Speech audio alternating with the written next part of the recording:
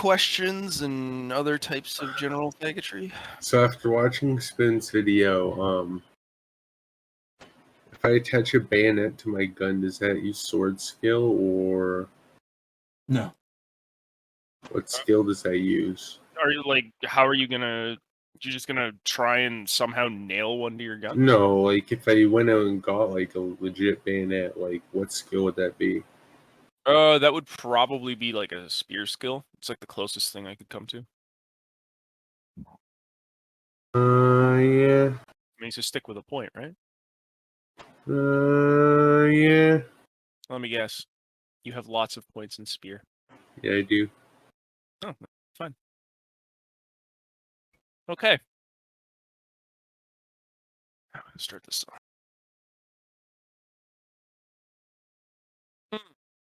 Okay. Spoon, we'll start with you.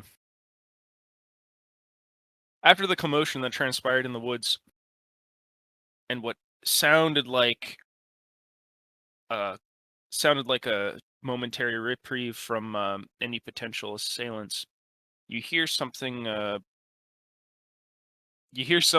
Kind of rather loud in the back of the cart.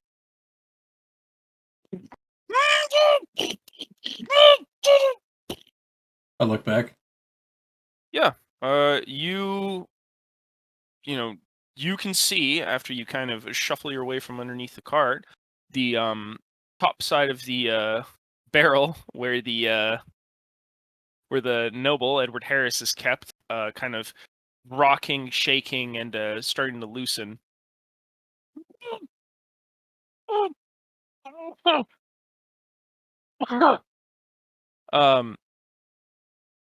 He's making a lot of noise, and it's fairly audible given how quiet it is in the woods. You ever been in a situation, Spoon, where everything around you is so silent that every noise is crazy audible? Having tinnitus? Yes. Yeah, that's this. He's making a lot of fucking noise right now. You can hear the wood very lightly start to kind of crack, splinter, and give way, at least on the inside. My character will walk over to the barrel. All right, you walk over to the barrel. Something Kinda wrong with the shuffle your- accommodations, Harris? He probably can't hear you. Like, he probably hears your mumble because he's still locked in, right? They actually put, like, the lid over his fucking head. So he probably, like, hears mumbling. But that doesn't stop him from slamming up against the inside of the barrel. What air he's getting is like limited. It's enough, but yeah. All right. I'll slightly push the lid ajar. Yep. You push. You kind of loosen the lid a bit and kind of slide it over. Unfortunately, as you do so, you give it just enough you give it just enough slack that his final kind of shove upward on it kind of sends it flying out of the cart, and his body kind of lurching forward out of the barrel, knocking it over. Spoon, give me a dodge check. You're in kind of a... You're not really in the best position to dodge. There's really nowhere to go. The best you could do is kind of like quickly get up and back out of the cart. Yeah, give me a dodge check. I'm gonna give you a -3 since in the position you're in, there's no mobility, and if you jump backward, you might actually trip. So yeah, give me a DC 10. So 13 total is you need to beat a 13. Meter beat a 13. All right, with the -3 penalty, right? It's 13 total. Yeah, that's right, including the penalty. Okay, so I got. Okay, including the penalty, I got a 10, so I beat the DC, I guess. Got a 10? Yeah. Nice. Okay, yeah. You managed to dodge back just in the nick of time, getting only a small splatter of tanning fluid on the bottom of section of your robes. And You land on your feet just outside of the rear exit of the cart. You see Harris kind of flop just over the edge, hanging stomach over, breathing heavily. The rag had been taken off of his mouth as he was being stuffed in a barrel, so he could actually breathe. Help me!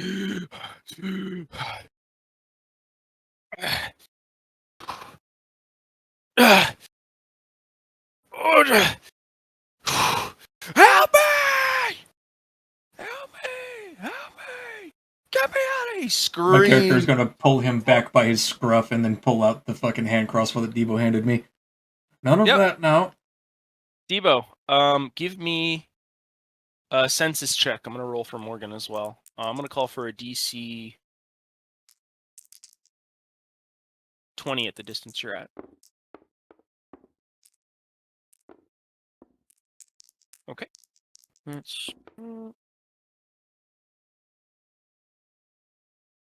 Yeah, I don't think I'm getting that. I got a 1. Yeah, Morgan. Plus 7 plus senses. Yeah, that's like 11, bro. I don't make shit. Hey, just a brief cutaway. As you and Morgan are kind of heading back to the camp, he stops for a second. Kind of just starts looking around all of a sudden. Huh. You hear that? Like a branch snapping. Maybe. It's nothing. Just keep walking. Back to you, Spoon. All right. Yep. You take the crossbow out and you point it at him. Is it loaded? I assume, was it loaded when Debo gave it to me? Yeah, No, you don't leave a crossbow loaded forever. I do. I'm paranoid. Okay, so it's currently loaded. Debo, if you think that doesn't fuck with the crossbow at all, anyway. So I mean, when I gave it to him, I'm pretty sure we were in the wilderness. Yep. Do you always leave your things preloaded? Just as a question of curiosity, so I know to keep track of it. The gun, I don't. Okay. Actually, wait, yeah, I do with the gun, because it depends on the weather, though. Like, if it's fucking shitty weather, he probably wouldn't, because, you know. Like, you wouldn't do it when it was, say, raining at all, or? I mean, he'd probably do it before raining, like, before going out into the rain. It depends, though, because guns and rain are fucked. It's fucked even worse to load it in the rain, you know? Well, those old guns, like, there was a lot of risks, even in, like, decent weather of leaving them preloaded. There's lots of things that could go wrong. Yeah. So that's why they left them unloaded, not just because they were stupid. That's why I always said bows and crossbows were kind of where it was at. But even then, like, you couldn't leave a bow preloaded, and a crossbow, like, yeah, you could leave it preloaded, but eventually, like, the string isn't infinite, right? Like, eventually it'll break. Oh, yeah, eventually. So that's why I was just asking, because I wasn't sure. And your character has been acting paranoid lately, so it's not like it wouldn't make sense. Yeah, guns probably not, just because All right. that'll fucking kill him. Did you leave this loaded when you gave it to him, to Atticus? Or, sorry, to Randall? Probably, yeah, because I think we were in the woods and he, like, fucking looking around and shit. All right. Fortunately for you, it seems like Atticus and his paranoid nature has left the crossbow loaded for you.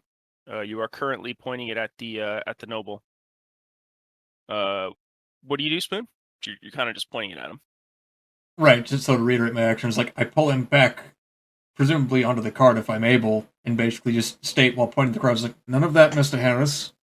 What's your strength, Spoon? Because he's kind of half hanging over. 2. 2? Yeah, give me a roll. Give me a strength check and beat a 10.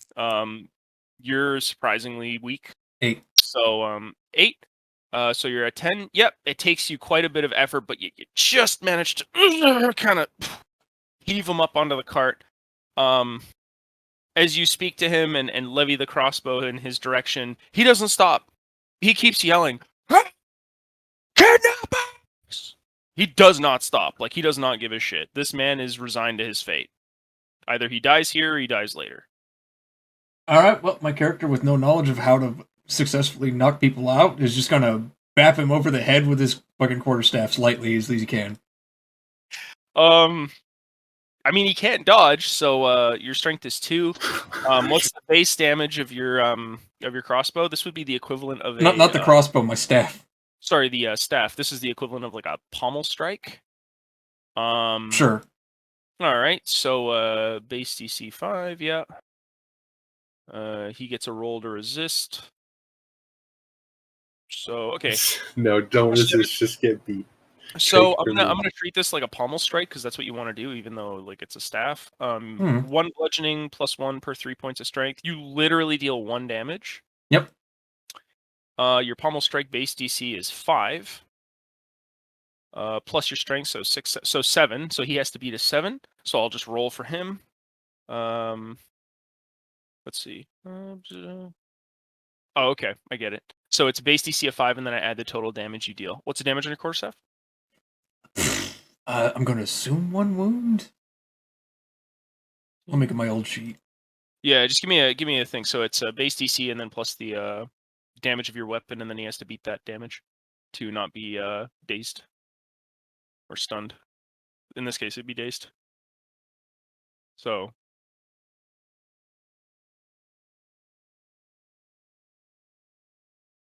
I'll give him a roll here.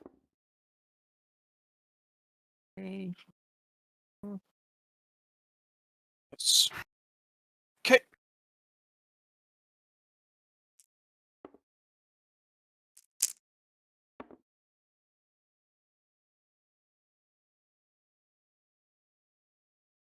Hold on. Do I have your sheet? Yeah, I'm gonna have to go looking into the equipment things. Both of my old sheets have fucking my character marking down with a spear, which he doesn't have. You're also wearing so you're still wearing armor. You have a hand crossbow. Yeah, I'll go lick myself spoon. So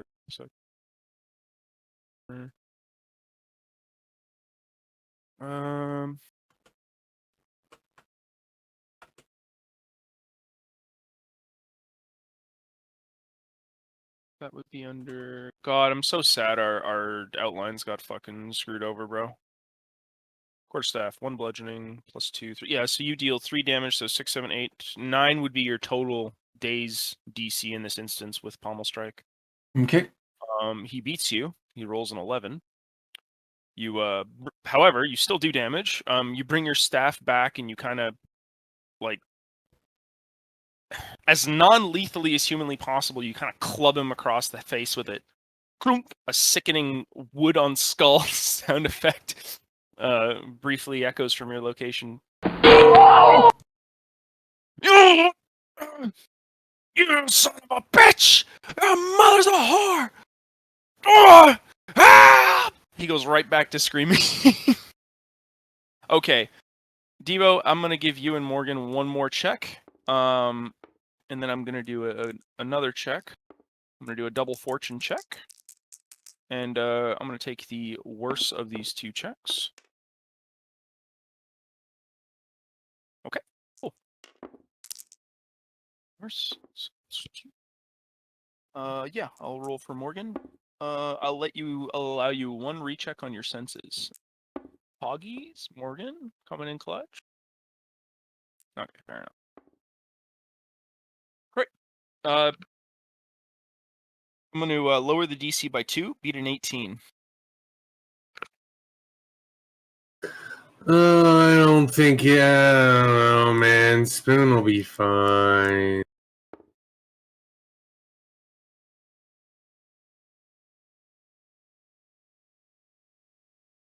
All right, 1 sec here. Just what's your character? 6 plus, so still 16. 6 plus senses, and then intelligence. 16. Kate, do you have anything that contributes to that in your Maybe. Doesn't look. Nope. That's your score. 16. You're barely short. Okay. You're lucky Morgan is fucking poggies right now, because he's fucking. I rolled like a fucking huge fag. Alright. Morgan stops again, and he kind of, yeah, I'm hearing something. It's coming from. Oh shit! He quickly gives you a double pat on the shoulder. We need to get back to Randall, and he starts huffing it down the through the brush and over. Yeah, I don't question him. I'll follow him. Yeah, you are now sprinting back to camp. What do you do, Spoon? You basically clubbed him, and he keeps going. He's cussing you out, swearing, yelling, making a huge commotion, kicking the side of the cart. Like, it's very obvious now that this man knows he's dead, so he might as well make as much noise as possible. You don't need to be a genius to figure that out. Right, and my character's trying to shut him up with his fucking weedy hands, as opposed to, magically fucking Kamehameha him. Pretty much. You see, you've kind of cut open the side of his face with the splintered end of your staff and bruised it up. It takes no less than a couple seconds. You're not particularly strong, but this guy's still getting hit in the face with no resistance by a fairly thick piece of wood, so that hurts. And all right, my character desperately flailing around is just like thinking, he's like, shit, this usually works in the stories. My character starts trying to choke him out. All right, so shut your mouth. You put your hands around his neck and you start strangling him? Yep. Yep, well, he can't really resist you, so that's kind of the point. Yeah, okay, I'm just thinking about his HP. So every turn you strangle him, he's going to be taking 1 damage that he cannot resist in any way. So all right, let's play that scene out. You perhaps panicking in the situation, given that there are assailants at least in the wood. You kind of toss your staff aside and jump on his body, splaying your legs off to the side and gripping his throat. Yeah, role play it. Shut up, and this stops. He resists and kind of squirms and flails and attempts to kind of buck you off of his body. You fuck. You're let's see, Spoon. You have 2 strength. I'm gonna give you a +5 on this roll because you're in a pretty advantageous position and he can't fucking resist you. He's also tied up, but you're fairly weak. So yeah, he's gonna try and just toss you off. You're basically like choking him. Fucking twink. Let's see. I don't have any feats, so that's 11. 11. Wait, wow, no, that's 16. Okay. Nice. Okay, yeah. So he tries to throw you off by kind of shifting his body around, but you kind of cinch your knees into the cart. Tries to scream, and you can start to see his eyes roll back in his head, but he keeps resisting you the whole way. He has taken 4 damage so far. Jesus Christ! He shows no signs of stopping. Do you keep strangling him? Can I make like a medicine first aid check to know whether or not this is a bad idea to keep going? I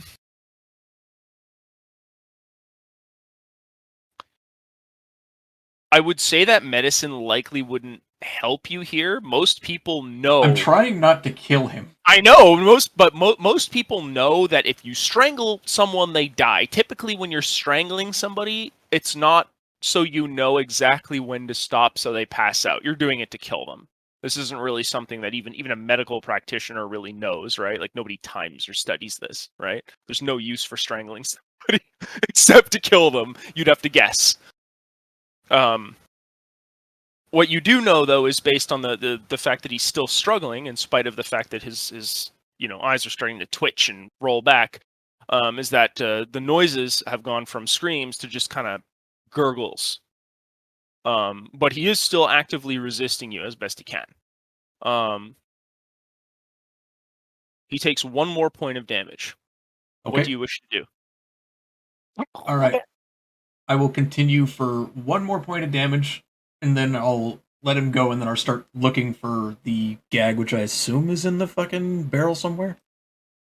All right. I'll give him one roll. He'll take that last point of damage. And he...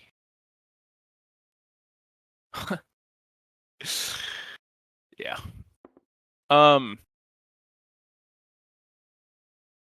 Driven either by madness or just sheer surprising toughness, rather than fall unconscious due to lack of air, he continues to fight you. Spoon, I'm upping the damage he's taking now to 2 wounds.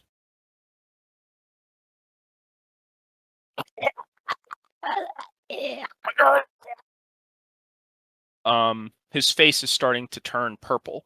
My character throws him to the ground and then starts looking for his gag.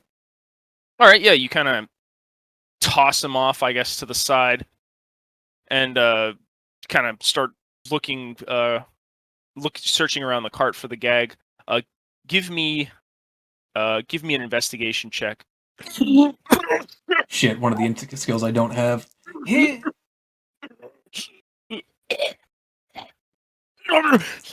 can hear him gasping and heaving. 19. 19. Yeah. For the next 3 minutes or so, while he heaves there, on the ground, you search the cart and manage to find the rag that had been used prior to keep him silent.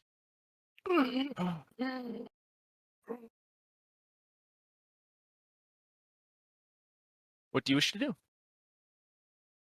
Alright, I'm assuming he's still heaving. Yeah, he's in rough shape. Yep, I'll gag him and then I'll check on him. Yep. Unfortunately, as you go to kind of cinch the rag around his mouth, almost the second he feels someone touch him, he immediately spasms in a panic. He starts panicking even harder. So he's not making this easy for you. He's fighting you every step of the way. I imagine he would. Yep, this man succeeded a fairly rough check and is basically like, well, fight or flight. Flight's not possible. Let's do this.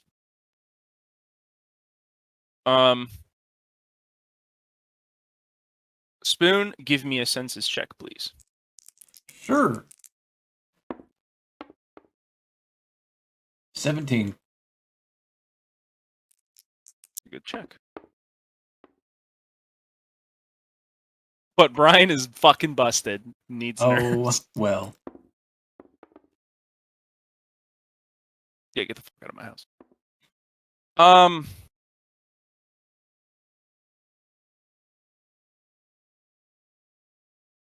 Okay. You feel something metallic and pointy at the back of your neck. And kind of a low growling tone. Don't turn around. You can kind of still hear the man that you almost strangled to death.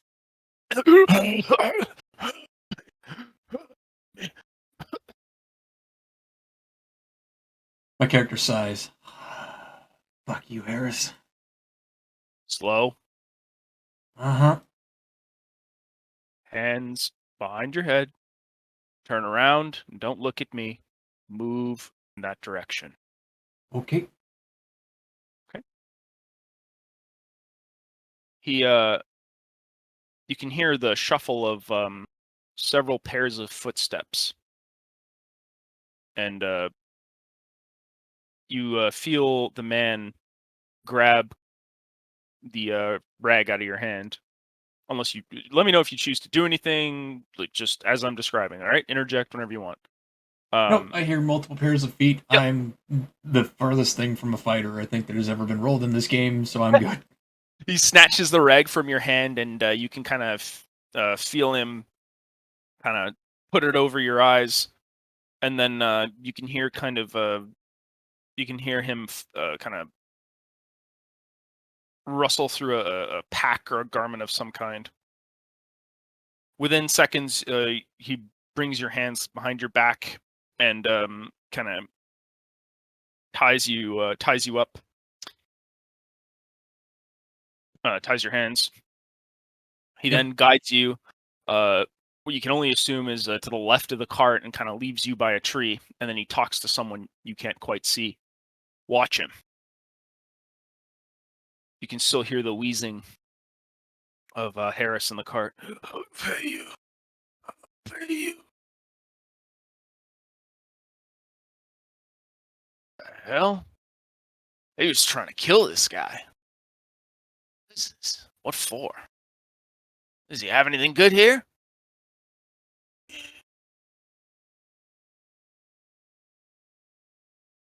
What's this? Crab traps.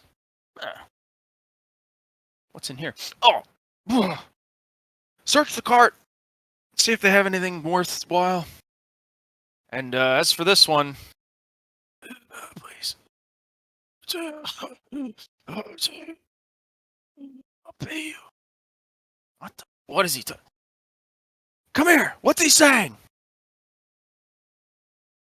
One of the bandits kind of gets on a knee and puts his ear real close to Harris. Pay you. He'll pay us. Pay us? With what? He doesn't look like he has much. Take him anyway. If he's lying, we'll feed him to the big guy. And what about this one? Hey, how long did you say 3 men last an ogre? Didn't he say a day? Well, we have 2. Yeah, bring him as well. If he makes any noise or tries anything, kill him.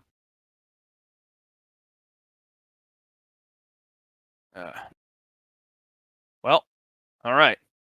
We're down 2 men though, so we're not going to be able to. We're not going to be able to go out and look for the rest of that thing's food if we're going to be watching him. We'll bargain. All right, Spoon.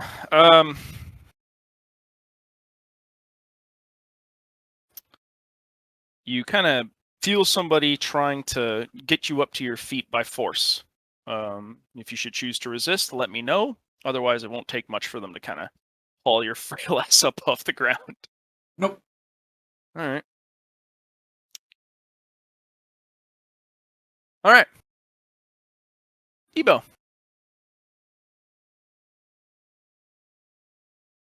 You and Morgan finally reach the cart after what must have been a solid 10, 15 minutes of just sprinting. By the time you both get there, give me an I think it was a health check. I believe health was for like running and being a fag. I'm just double checking. I think it was a health check. It was either health or feats. Lifting, pushing, pulling, jumping. I want to stealth behind him. Cardio. Yeah. So, are you not running? I mean, I'll run until like. Can I ask him like what the fuck is going on? Well, basically, you'd both get there at the same time, or you'd just be slightly behind him. Yeah, I just want to be like before, slightly behind him so I can try and stay out of sight.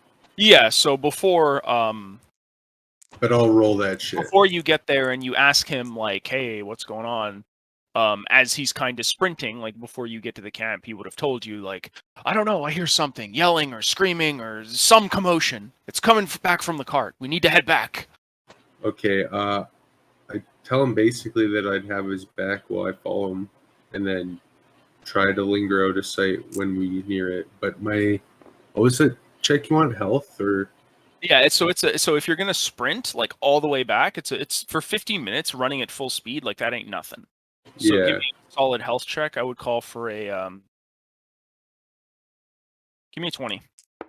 There ain't no way I'm making that, brother. Oh god, yeah, even yeah, Morgan does that. He's fuck. Yeah, I got 4 plus 4 plus 5, so yeah, fuck no. All right, you and Morgan are both exhausted. So until you guys sleep, you're at a -1 on all rolls. Oh.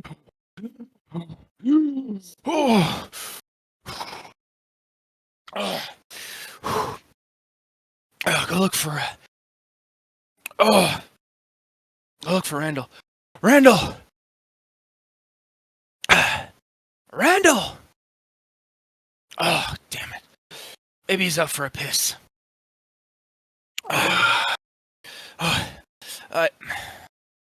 a minute. You can make a tracking check if you want, Devo.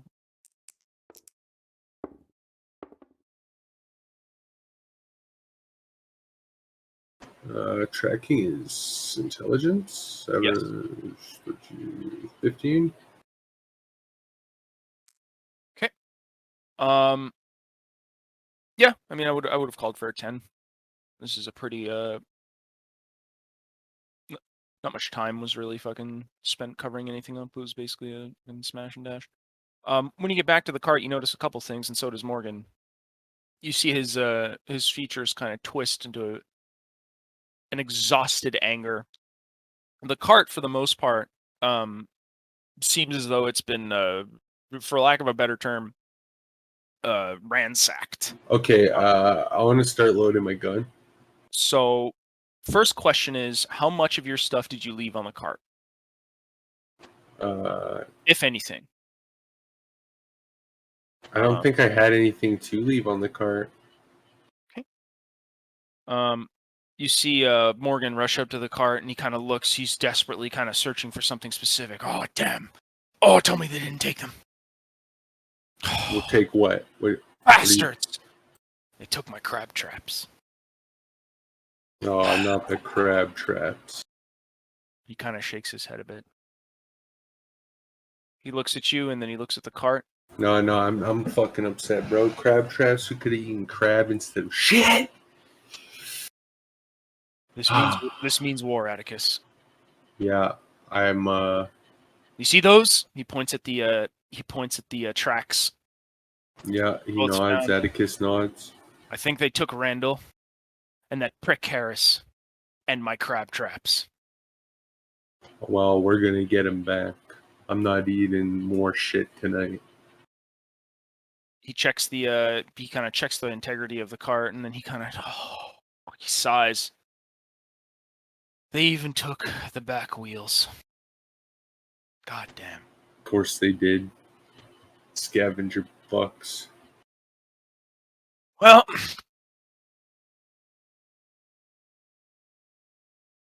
all right. Now we have no choice, Atticus.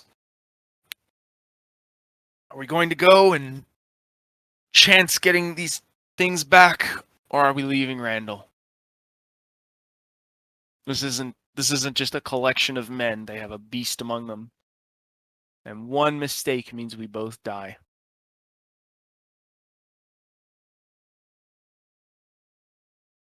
Oh yeah, I still have my backpack still, so I'm fucking good, brother.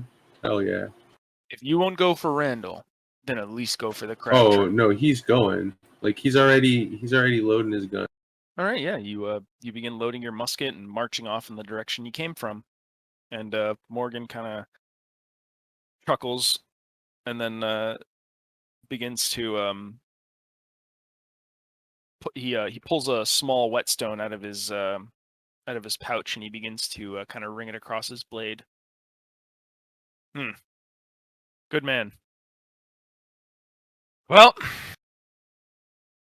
might as well think of a plan while we get back there. Well, we have to fight them on their terms. And I think I might need to use this. He kind of puts his hand over the grenade that he had kept. I was hoping to save it for something else. Damn. Well, save it until the time is right. He says as if it would mean something, but of course it would mean something. To anybody who's Did been you really in the just trenches. save it for Destiny, his ass? Yeah. Jesus Christ. Yeah. All right. That's disgusting. Save for Destiny, motherfucker. Also, I have some rope. It could be possible to arrange a trap of sorts with that. Otherwise, it would be there's that pit. Shrugs. Wait. He thinks for a minute. I'm gonna go grab my traps. Hold Good on. idea. Yeah. He do you go with him or do you kind of wait? I'm waiting. I'll fucking watch his back shit, yeah. All right. Yeah, you head with him to collect his traps that he had left nearby. Upon reaching the area, you notice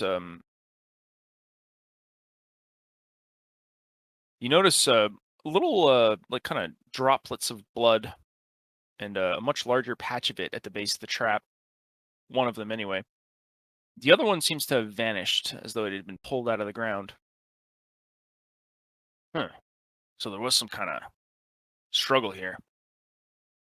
One of them took the trap, maybe took it off. This one just escaped. So we got something. If it was an animal, it would still be here. No, Or could have the been leg, one of or them. the leg would be left. So I would wager it was those guys. So at least two of them, right? Unless they used one of them to test the traps, but doubt it. How many did I see at the camp? I saw 3 at the camp, right? There was 3 at the camp plus the ogre, and there was at least, I think, 4. There were some that were unaccounted for that you wouldn't know about.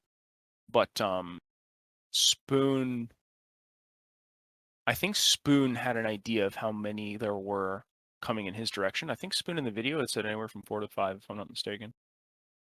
Around those numbers, and 2 of them. About 4 Well, to 5. if we've Yeah. seen 3 of them, and the traps have caught at least 1. You've at least got 6 men that you're dealing with. Yeah. And 2 inoperable out of combat enemies. If what you and Morgan see is correct. Right. Well, at least we got one of them back. He kind of yanks the trap up from the ground and kind of takes a dirty rag and just kind of cleans it off a bit. Need something better than this, or this is going to start to rust. All right, Atticus. Let's hope Randall's still alive. There was no blood at the cart, which means they didn't kill him. Wait. Morgan thinks for a second. You don't think that they're going to feed Randall to that, do you? That is a concern, yes. Especially considering how they were lamenting about having nothing to feed him. We can hope that they feed the nobleman first. Of course, that means less coin, but, I can handle that over the loss of Randall.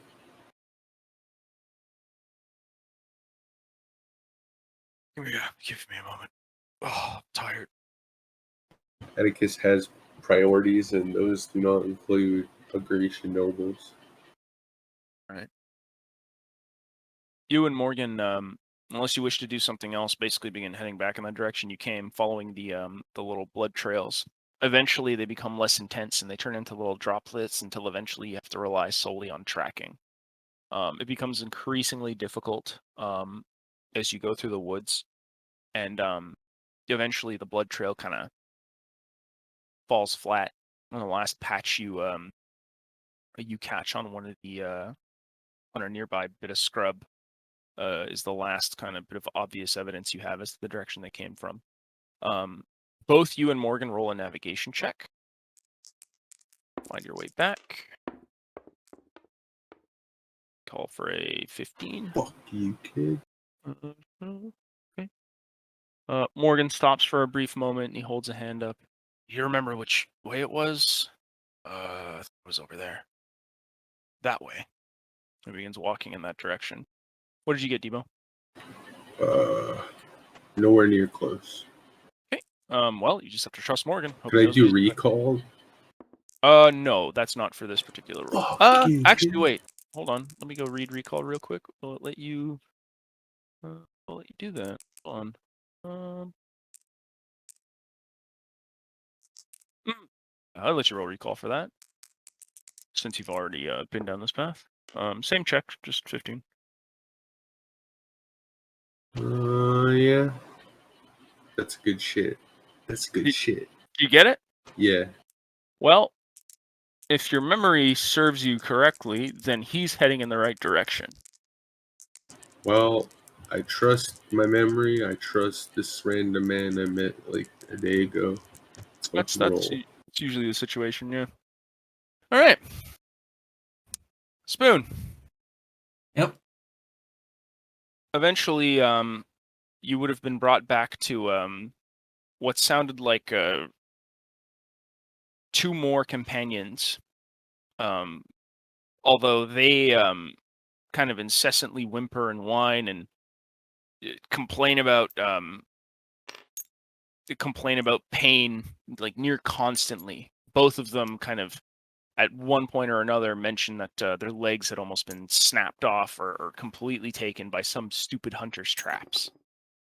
And the two men that presumably had caught you tell them to be quiet and just to stop making so much noise. One of them kind of mentions out loud, Wallace said there were 3 of them.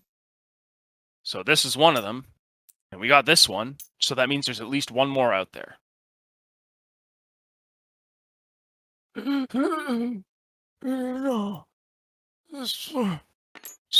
What?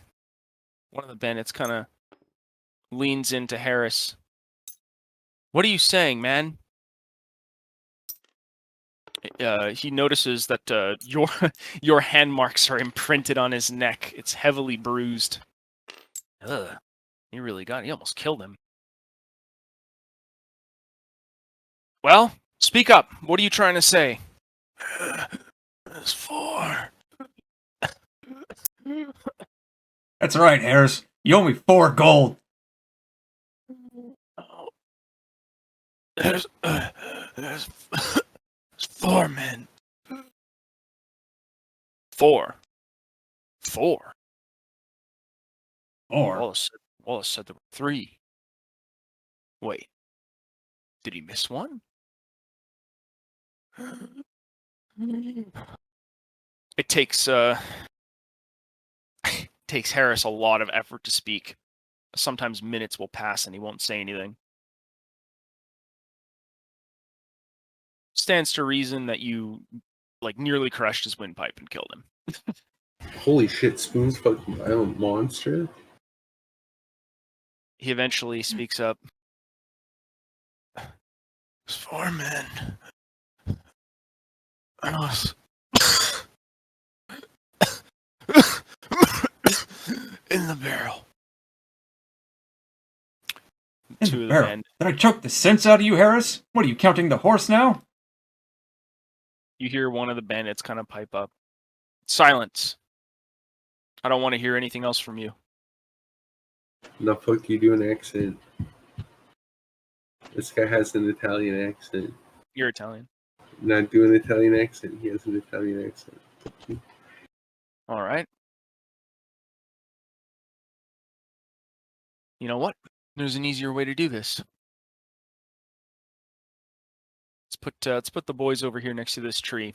Give me a moment alone with this twig. You can hear heavy footfalls as they approach you, and kind of the squeaking of leather as somebody presumably kind of kneels down in front of you as you feel your body kind of slide up against the back of something, a stone, something along the lines. You hear someone speak out. How many of you are there? Just the 3. You hear Harris kind of pipe up. He's lying.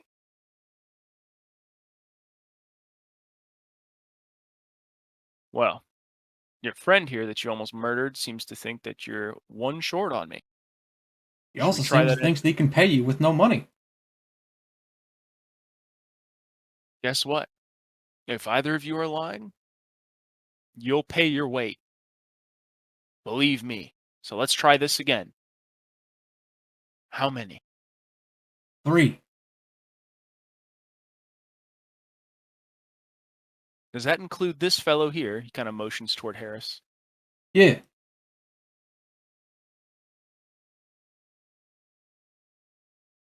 All right, Spoon, give me a bluff check. Don't be shit.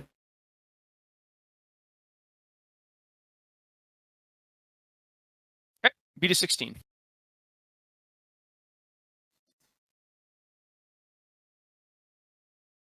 Where the fuck did my character sheet go? All right.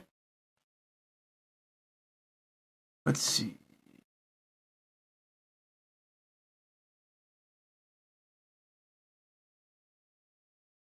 You're basically rolling against his imp.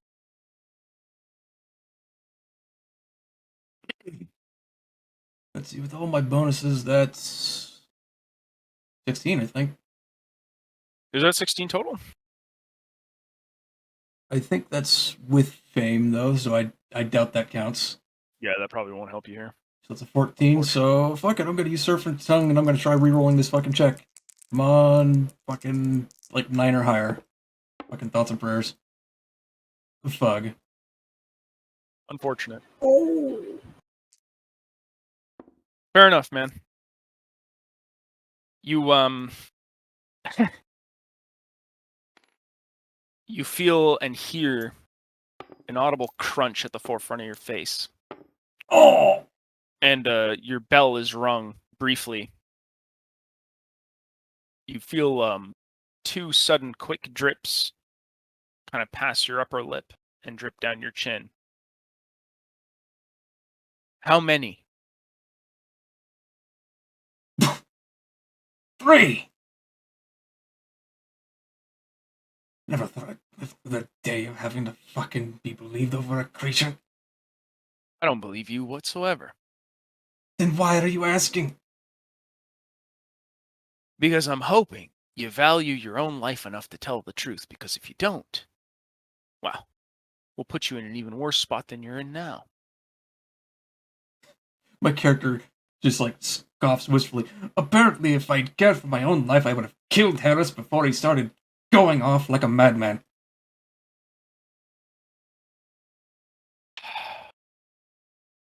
You feel yourself being kind of forcibly turned around.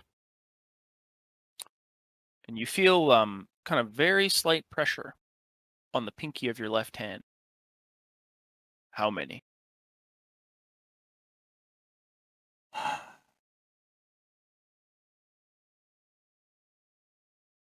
This fought. Pressure ceases.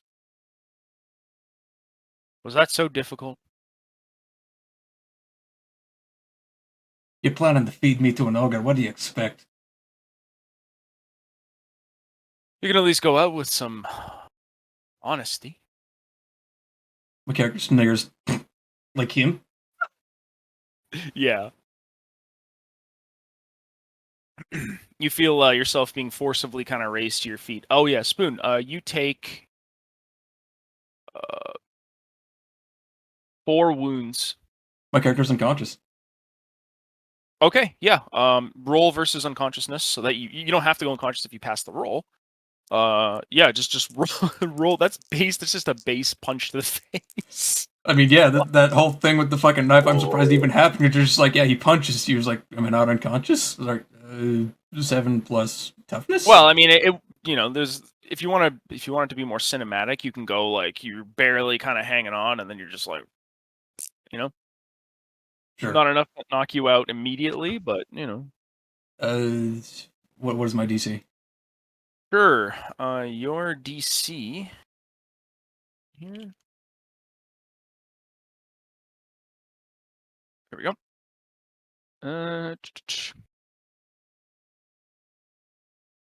Okay, so it's non-lethal wounds. 4 would take you to what, Spoon? 4 would take me to 2 wounds remaining. Okay. So are you at 0 then? Oh, are you 2 lethal wounds left, or just 2 non-lethal? I am wounds currently in lethal wounds. Okay, yeah, that's rough. Give me a check. How many wounds have you suffered? 3. Or Just 4? 4 total. So you need to beat a DC 14 or fall unconscious. The base is 10. If you pass the check, No. You won't fall unconscious, and yeah, you'll regain a point, like a wound per 2 points of strength. You come to. Okay, so you're just out. You eventually kind of succumb to the the shock of your brain being battered against the back of your skull and kind of loll out as opposed to going out like a sack of potatoes. All right. You are at that point kind of forcibly carried by one of the bandits or possibly two of them somewhere.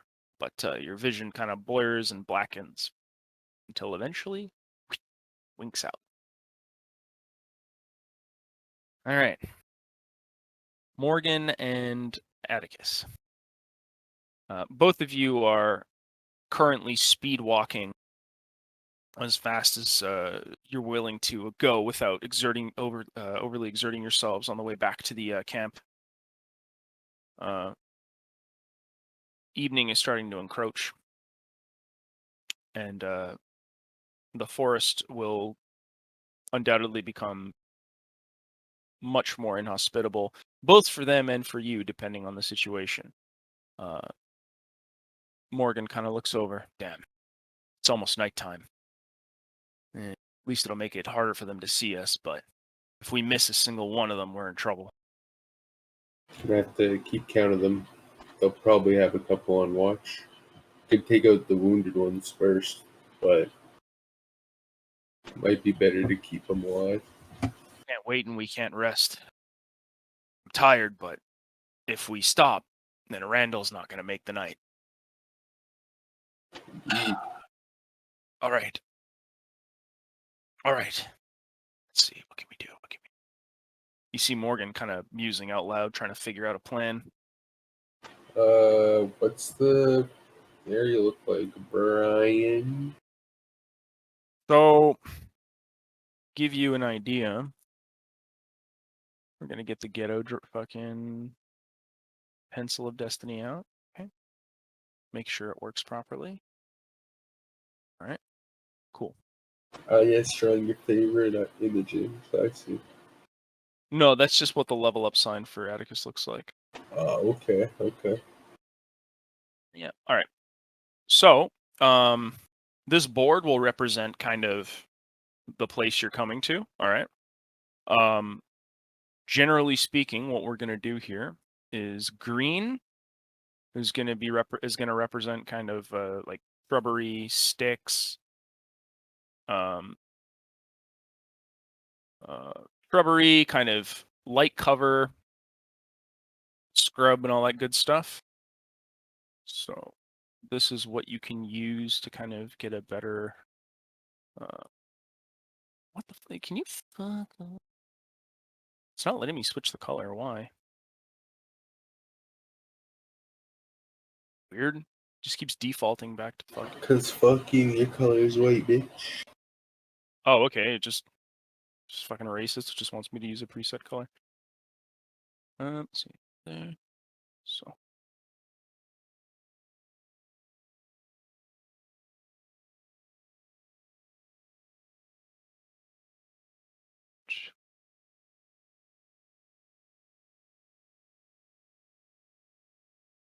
So all this green here, all this green is kind of just like trees, scrub, light cover. This is all light cover, okay? Okay. Where you guys had been prior, will represent. So you guys had basically been looking out over the camp from here. This would count as like a significant stone. I'm not going to put like a marker down for every stone in the area, but that one's big enough that it's noteworthy. So it's this one right here. And the camp itself, I'll kind of outline it as best I can. So if the fire was about kind of here, right? So the red will be the fire, or at least the fire that they had at the time, and the gray here is kind of the cliffside cave that they were using as their base of operations, I guess. You know. So this would be the only entrance that you saw. All right, there you go. This is why we love paint. Lets me let my artistic flag fly here. Okay. And you and Morgan are presumably coming back from the same direction. If you want to, this whole area here, you guys can approach from any angle you want. While you're behind this rock, you're considered to have heavy cover. While you're in any of these green patches, you're considered to be in light cover. This central area has no real cover. It's mostly cleared out, with the exception of some of the the cave itself, which would count as heavy cover if they're close to the entrance, or complete cover if they're just inside, obviously. There's there's very, very light kind of scrub and brush here, but it's not to the same degree. This, as you go further in, the base here has been mostly cleared out. That is the direction you'd be approaching from, unless you wish to change that. Based on the tracks, It's like they're not here anymore. well, based on the tracks that you and Morgan had discovered on both sets of traps, making an educated guess, you can assume that they'd likely, if they were heading back, then they would eventually intersect back at this point. The fire is kind of no longer going at the moment, and you can see that the kettle, or whatever giant iron pot that had been there, is no longer there, which is either a good sign or a bad sign, depending on whether or not they got back here with Randall before you guys did. Very likely that they did.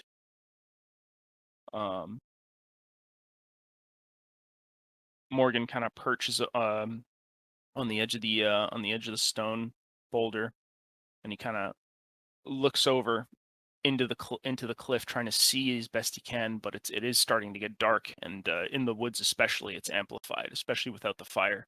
The only thing you can see is kind of the embers and the very light kind of dead flame that occasionally flickers out. Not enough of significance. You can see some smaller light sources from within the cave, but likely deeper within. You kind of just see the distant sort of dim. Hang on, sorry, I'm just looking at something. Yep. All right, Spoon.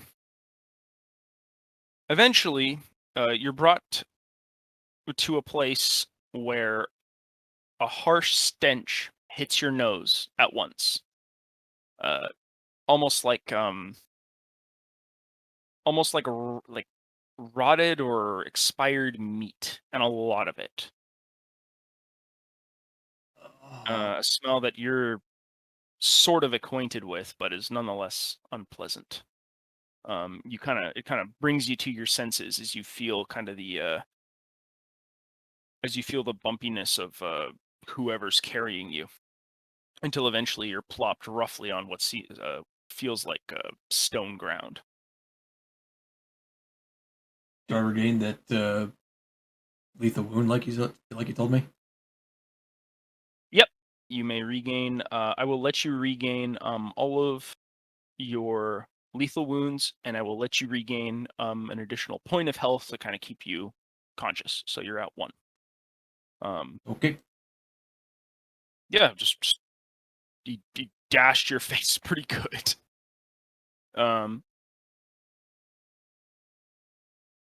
What you hear, and what you also smell on top of all of this, is twofold. The first thing is rather loud, bestial kind of snoring.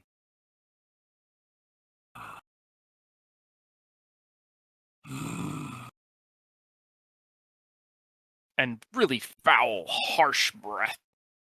A mixture of brutal spirits and what you can only imagine to be, well, the meat that you have currently been smelling, although popped with this terrible breath. Whoever this person is, if it is a person, doesn't sound like. The whimpers and objections of Harris had been fairly calm throughout the rest of the trip, and since you've been brought back, you've noticed that he's either fallen silent or is not being stored in the same place as you. That sound, although not particularly forceful, is loud enough to kind of fill this section of the cave that you've put in, and would make it very difficult to sleep or concentrate in your current state, especially in your current state. I'm assuming I'm still bound. Yeah, you are still bound and blindfolded. You are kept in a position where your legs are at the front, your hands are behind your back. You are blindfolded, and presumably under guard, but you're not entirely sure. Can't see. Hmm. Okay, I'm back. Welcome back. One of your captors eventually kind of lifts the blindfold from your eyes, giving you a somewhat poor but mostly sensical picture of your current situation. You seem to be in a room with your prior captor. Apparently, this fellow he's got red hair, stubble, green eyes, fairly stocky, a bit shorter, and he seems to wear sort of kind of a rusty chain. Although his weapon is in good shape, a club of a short sword of some kind. He has a crossbow on his back, and he has a rather open-faced kind of iron helmet or steel helmet of some kind. He kind of leans forward and kind of looks to you and then to what you can only assume to be the largest fucking man you have ever seen in your entire existence, or like an actual ogre, and it turns out that these men were not bluffing.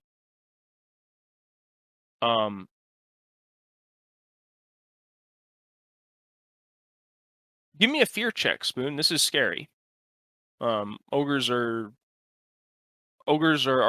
yeah, they are something that requires a fear check. I'm assuming that's courage and not devotion or yes, resolve. That would be your courage plus, I believe, your will plus a D10. All right, all of nothing and 4. Yeah, I would require a 20. You're in close proximity of an incredibly dangerous creature. You're completely helpless. Like, do I need to go on? It's ugly. 5. Yeah. Well, Spoon, you are scared. However you choose to roleplay that is up to you. Normally, you try to leave the scene. You may attempt to do so to the best of your ability, but you'll find that that's difficult. He looks between the both of you,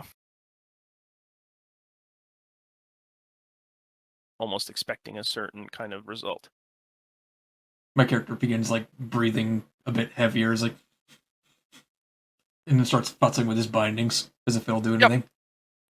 Kind of start showing some visible signs of discomfort, kind of sweating, wide sort of beady eyes, and just the general signs of being scared. This man kind of looks you up and down, and he goes, "What? You never seen one of those before?" Can't say as I have. Right. You know how we keep him around, right? I've been told. Yeah. The man stands up. He gives you one last look. Then he looks over at the ogre. And then he kind of looks up at the ceiling, almost as if he's trying to remember something. Well, just know that when he wakes up, it's nothing personal. I wouldn't wish this on any man, but we got to secure our position here. Good luck to you. And you watch him essentially begin to leave the area, and he closes kind of a rickety wooden door behind him. It's large, it's circular, and it's not like the way doors are normally constructed. In fact, it doesn't really look like it was constructed by anybody with much skill or attention to detail. It essentially just looks like a giant fucking board that was like kind of haphazardly hinged to the wall as best as possible. Doesn't even cover the entire bottom chamber, but it serves. You could probably, like, if you escaped, you could probably crawl under it. Little effort. As he's leaving, my character just asks after, I don't suppose you need a butcher. He pauses for a minute, and then he looks over his shoulder. Look, do you think that this creature cares about the quality of its cuts? He's the least picky among all of us. You got to offer something better than that. But don't worry, your friend will probably join you. Like you said, I doubt he has anything to pay us with. And as for your friends, if they're smart, they'll leave this place. But in case they get any ideas, we'll have something for them. So, enjoy. And, well,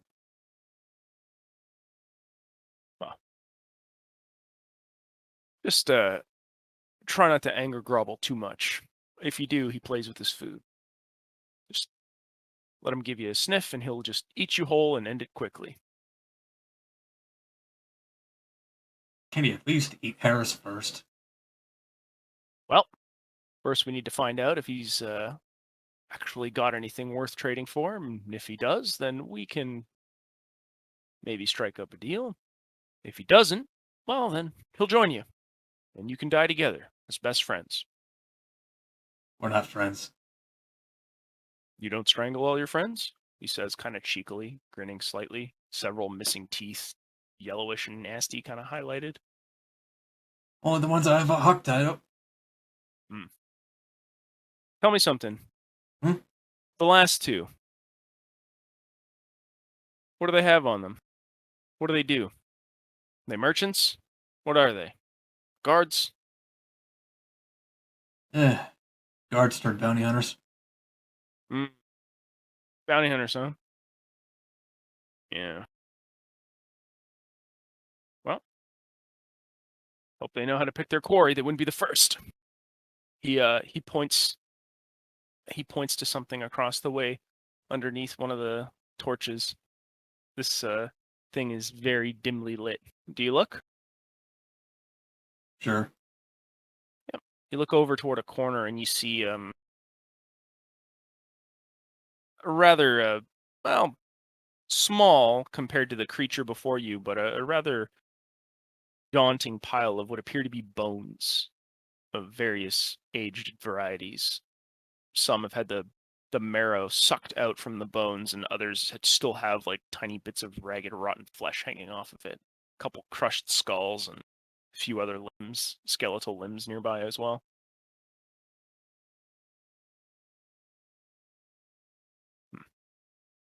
Well, let's see if your friend's going to join you. My character leans up against his makeshift cell, I guess. Oh, and for what it's worth, you're probably safer in here. So My character thinks about it. Yeah, until this one farts. then none of us are safe. All right. He leaves you alone in kind of your shitty makeshift cell. There's enough room to move. The bars are not expertly polished or particularly thick, but even if they're a bit rusty, it's enough for you. Like, it's not really particularly. It's not really. It doesn't really take much to hold somebody of your physical stature in prison. Mm-hmm. All right. Nebo, you and Morgan eventually reach the same position you had scoped out the cave from. It's almost nighttime, and based on what you can see, short of the embers that were kind of that are remaining of the fire, the pot has indeed been taken off, some time ago. Morgan kind of looks over at you. Damn. Did I ever use monster knowledge? Yeah, you did in the last episode. Did I learn anything? Yep.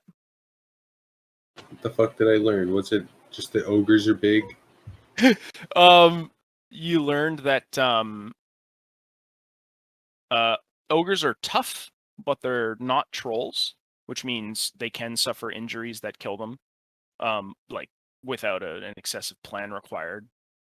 You know that ogres are very tough and not skilled the same way smaller humanoids are in combat, but just large enough and cover enough area that what battle experience they do have is enough to make them deadly. They are much tougher than the things they usually tend to eat and fight. Sorry, how big are they? Like just in feet? This one, you guessed, was around 14 feet. Okay, so he's like a big boy, but he's not like a yes. fucking giant. No, he's not a giant. Giants are different. Trolls and ogres tend to be roughly the same size. They're only differentiated by their appearance and some of their abilities. You could argue that ogres are probably slightly stronger, but at that, it's just nitpicking. There's enough room in this cave, first off, to fit this ogre. This is a big carve out. So already you know that this is probably a place that the ogre mostly was responsible for making. Or whoever made it was very certain to make sure that there was enough room for this thing to move around comfortably. You know that the best way to confront an ogre, if you don't have overwhelming force of numbers or some other technique, is usually to try and bribe them or reason with them, typically through their stomach. Most ogres aren't greedy, but they do know that shiny things tend to get them more of what they want from other races. They're also indiscriminate with what they eat for the most part. All but the most like vile and disgusting things ogres will basically devour, including people and their own species if they're desperate enough. Morgan kind of looks over at Atticus. Damn, we have a problem. We don't have enough time to fight them on our own terms. And if we wait, Randall probably will live out the night. Damn. This is not good. Sorry, what did you describe before he was talking? There's something around the cave? Okay. What do you want to know? Can I just use like a spot check to scout out ahead? What I will tell you, Debo, is you can roll. Like, you can roll a census check. And I will give you what I can. It's evening, not nighttime, so I'm going to give you a -3 instead of a larger penalty that usually follows with nighttime, especially in the woods. There are very small light sources that you can see, but they're much deeper in the cave. You kind of just see the dim glow of whatever light source is further down. You can roll a census check if you want to see anything else, if there is anything else. Yeah, okay, I was just looking to see if I had any bonuses.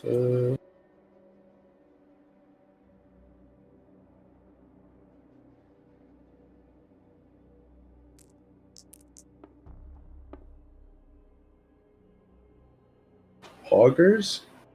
All right, 10.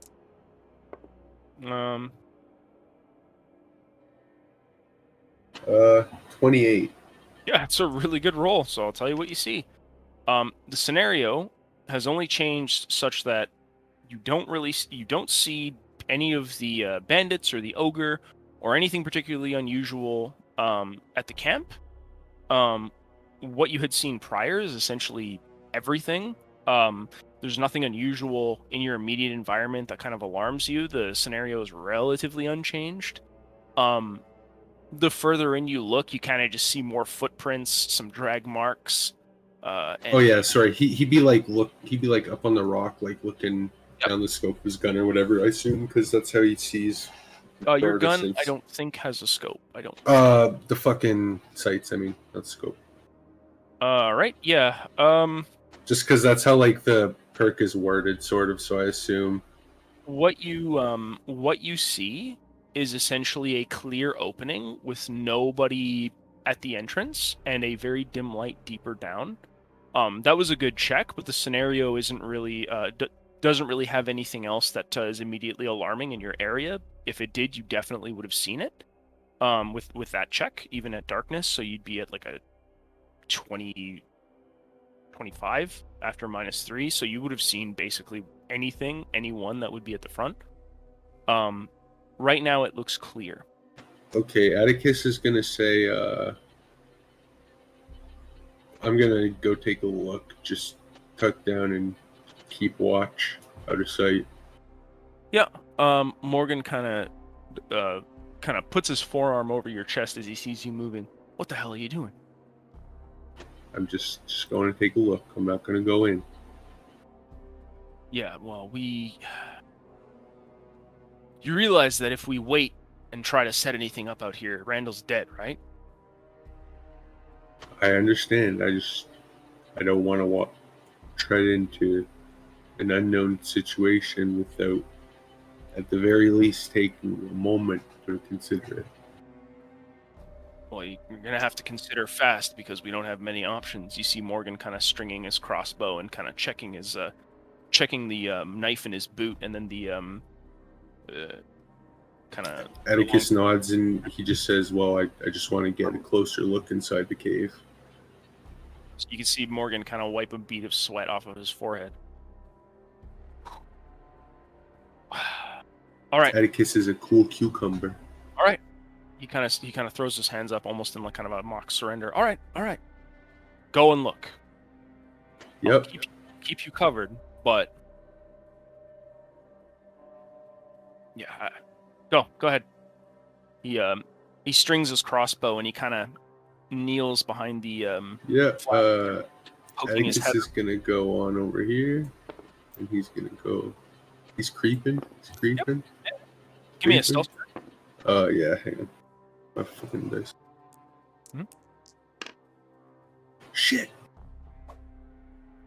What do the dice of destiny have to say? Okay, roll it on the board. What do you got? Toss it.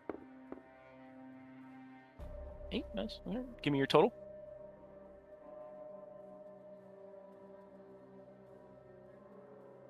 I swear I had a thing that gave me a bonus to stealth in nighttime. Maybe I'm just fucking stupid. Or is that I think that's rogue perk actually. I think you get a bonus at nighttime.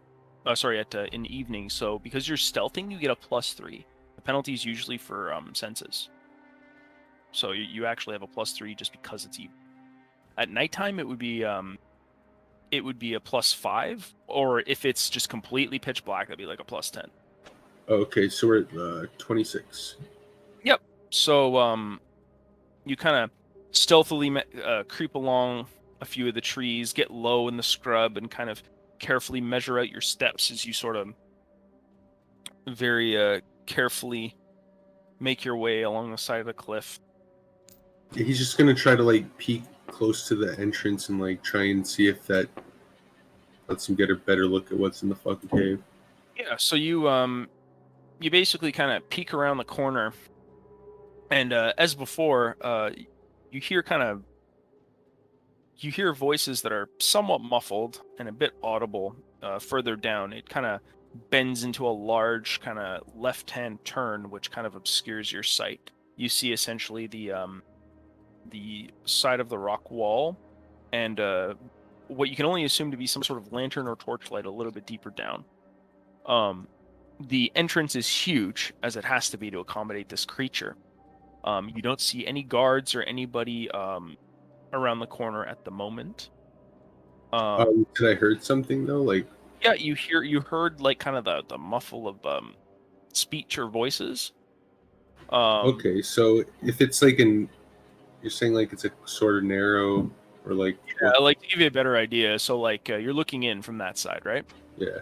So like if you were just to look in here like you're doing, what you would see is basically this. So like you'd basically see something like this, right? So you'd see like a bend, so you'd be looking in from this direction, right? So that would kind of like your sight here. And the light would be coming in from here, right? So you're basically kind of just seeing like this wall and kind of just barely around this corner here, and it's illuminated. If that helps at all. Yeah, that does help actually. I want to go to the bend, so I have to fucking like do a little Oops. Fuck. hobo hobble or whatever the fuck over to the wall with the bend. You'd sort of shimmy along. All right. Yeah, you can do that. Bear in mind that in this cave, so long as that zone is illuminated, once you are peeking out at a certain point, you're fairly visible. Like there's not really much to work with. Yeah, Like, fucking +2 bonus to cover rating when I'm shit though. yeah, if you stay behind cover, if you want to peek out from behind cover, you will lose that bonus, but you won't be penalized. You'll retain the rest of your stealth, but you're still sticking your head out, right? Because you're trying to like look. I mean, that's what the perk is for, though, is for like doing between cover. And like if I'm sticking my head out, that's still partial cover. Let's read the perk then, real quick. If I'm thinking of That's guerrilla tactics. Hold on here. Is this on your character sheet or on your class? Probably class. No, it's just a perk. Like it's just a regular perk. I'm just stupid. I missed it on your sheet. It's under parkour above calculated retreat. I think you're right below it. So just look up to Portage, political connections, knowledge, theology, grand tumble. Oh, guerrilla tactics. When using hit and run tactics or moving. Yeah, so the requirement is you would have to go from around this bend to another one. So basically, like, let's say there's two walls here, right? To get that bonus, you would have to go from this wall here to this wall, right? Because that would be moving to or between cover, right? But if you remain here and just look, that's not the same thing. Does that make sense? I mean, that's what I'm saying. Like, I'd get a +2 cover bonus just from using it to jump from one wall to the other. Right, but the thing is that you're at a bend, right? So, like, to give you an idea, let's see if I can draw this out. So, the bend was kind of like this, right? And you were here, right? Like, you're basically peeking in from this entrance, right? Like, on the outside, right? Right here. So, looking in, your cone of vision. Sorry, give me a sec here. So, if this is the bend, right? This section here, this bottom part, leads to the outside, okay? You're basically peeking in from this right-hand corner here, which means your line of sight is here, right? Like, roughly. This bend is a bit sharper than this, but the point is that you could go from here, right? From where you are, all the way here and get your bonus, right? But what I'm trying to tell you is, if you wanted to move from this spot here. Oh yeah. I just want to move to this spot and keep my bonus at this spot. Like I'm not even thinking that far ahead yet. So we have the same picture in our heads. Yeah, like what I thought you were trying to do was like kind of move from cover to cover that like didn't even exist, right? Because you're at a bend. So, I want to use the bend as the fucking no. Yeah, we have the same picture in our head, so you're all good. Okay. I just want to see what I can see from the bend, right? Sure. So what I'll do now is I'll clear everything on the board because now we're getting into the inside. Oh yeah, and he gives a cheeky thumbs up to Morgan. Okay, you give Morgan a thumbs up. This is the entrance, all right? This black right here, this is the entrance. Yep. And yeah, I'm gonna need that dungeon draft spoon. I'm gonna be fat when I get to it. So okay. So right now your fog award kind of, so you be here, so you want to move here, I'm assuming, right? Is that where you want to move? You kind of want to go from here to here? Wait. I just want to stay where I am and see what I can see down the hall. Yeah, so all right, so assuming you're just going to stay at the entrance. Hold on, I'm trying to get this this just right. Keep fucking it up.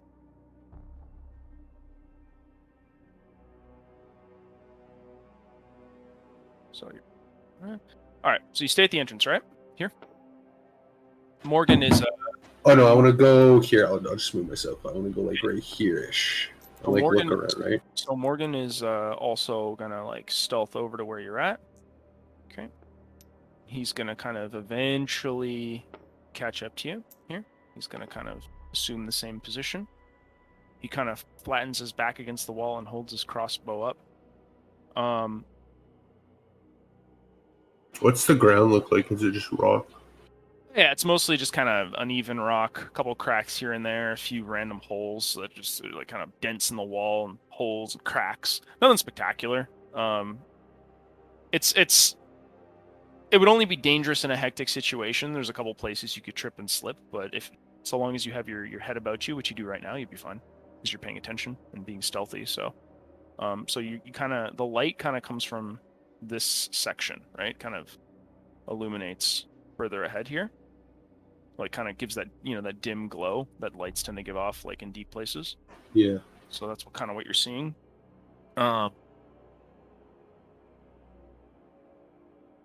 Okay. What do you wish to do? So you're at this corner now, and I'm looking around it. I want to see what's in there. What's in here? what's over in this section? Yeah, sure. Give me a well, actually, I wouldn't really call for a census check. Okay. Can you just keep census checks for the scene? You enter a new scene, so you're in the cave now. You were outside before. Yeah. Oh yeah. Fuck. Man, pussy nigger. Okay. So what you see, kind of ahead of you, is kind of sort of shitty round wooden door. Circular in its make, with what appears to be like two lanterns kind of on the left and right side that seem to have like a limited amount of oil left in them. They keep kind of this front area lit. And what you can also see on this door are two slats here that are currently closed. The door itself doesn't really look like it's made out of particularly like exemplary or exceptional wood. It's just regular wood. In fact, it looks a little bit rickety. Like it hasn't seen any real upkeep or work on it for some time. There's a couple cracks here and there, but it would definitely take. Okay, so it doesn't go all the way up. Yeah, like it basically you take a curve. As soon as you take the curve into the cave, there's kind of just this fortified large wooden round door that kind of blocks, that seems to have two slats for people to look through, which are closed at the moment. Okay, Atticus gives a sort of quiet sigh and just says, I fucking hate climbing. Morgan kind of thinks for a couple seconds, and then he pinches the black powder grenade at his side. This could probably do with that door. But The ogre. Yeah. He nods and then just fucking... I'm gonna try to stealth again, I guess. Shit. Morgan kind of puts a hand on your shoulder and he just shakes his head. I don't think there's another way in there. Up and over. Maybe it's a long shot, but maybe if we create enough of a distraction, maybe Randall can get himself out. What do you think? If we wait, he's dead. If we do nothing, he's also dead. And if we wait till the morning, well, if that thing gets hungry, I don't think it's going to cook him up outside. It'll probably just eat him. If I had to guess, anyway.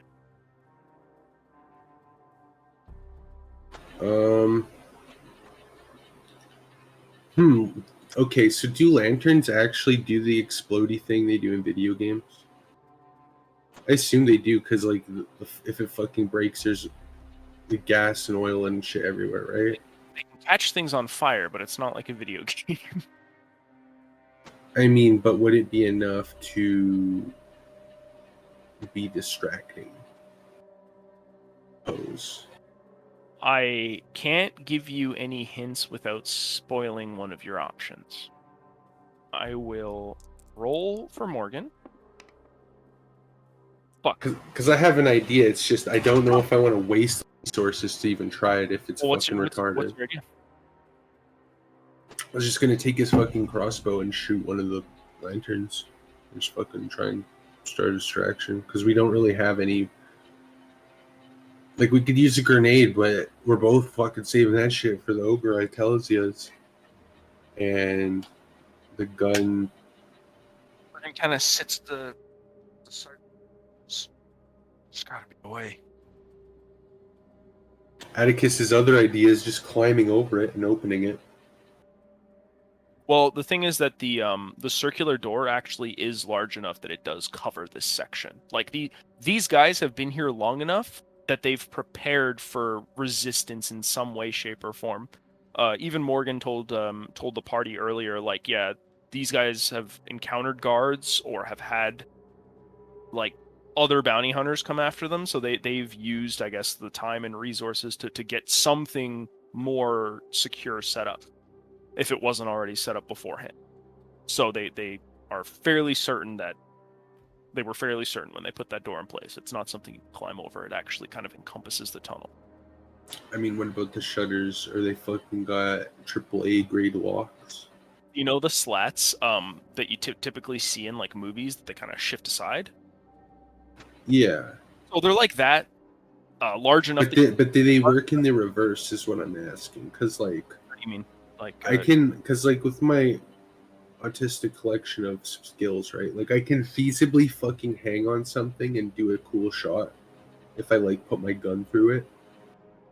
It's just, well, can you see in the reverse through it because it's closed? But can you open it? Like you, if it was open from the other side, you could fit your musket barrel through that and have enough kind of eye space to make a shot. But I mean, that requires a lot. Fuck.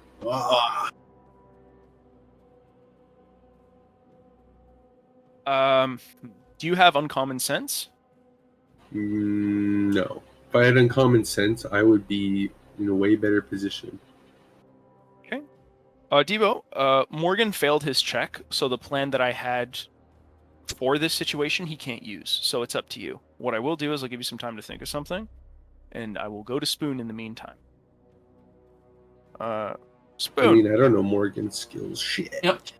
As you rest in your cell, you hear something.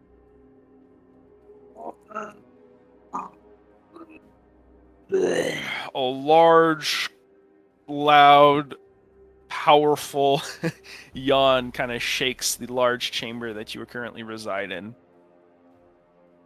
And you hear a thunderous weight being moved around in the area.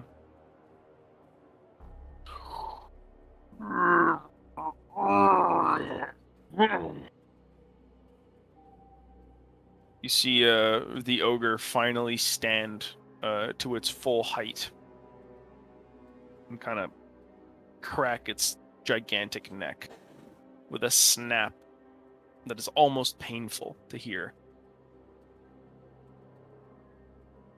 Spoon, we're going to have to look into this fetish of you being 1v1ing ogres, alright? I don't do this by choice. Same.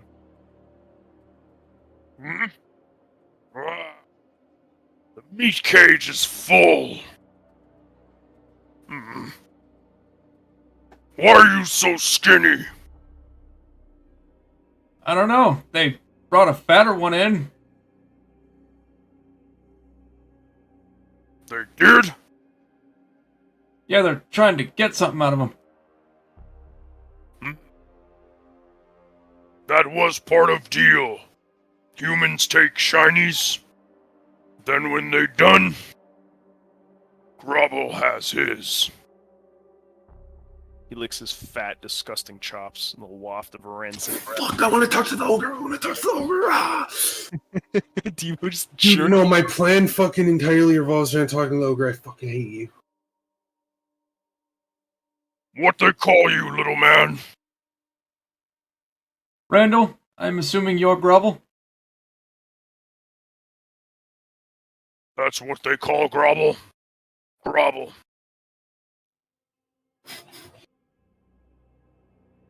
Hire him. How'd you come to be here, Grovel? Me deal with bandits. They say that if I work with them, they feed me as many humans, and sometimes cows, as Grovel want. And usually they true to word, and if not, I eat one of them. Grovel eat. He begins to count on his fingers. This many bandits when not paid. He holds up 8 fingers. Presumably they had 8 more people. Or he doesn't know how to count, but my character doesn't know that. For that, Bandits not pay. Grovel pick the fattest bandit and gobble him up. And sometimes 1 or 2 more if Grovel in bad mood.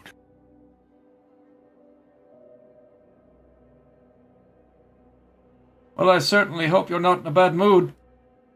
Not yet, but seeing skinny man as Grovel offering, we getting there.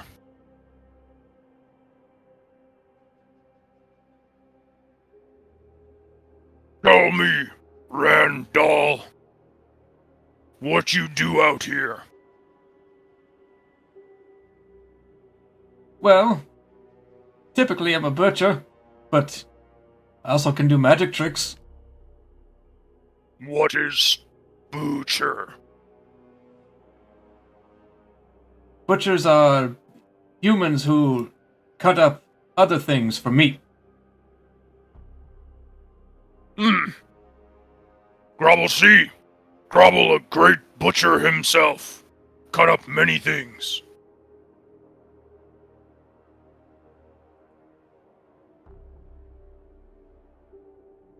he thinks for a moment. You said you do tricks. I do. Grovel not like tricks.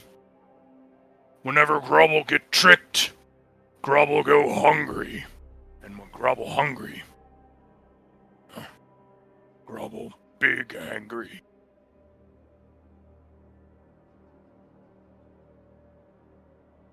No tricks then. Little man wanna keep fingers. No tricks. You got it. No tricks. Now, You see the ogre kind of reach a fat digited hand into the bone pile.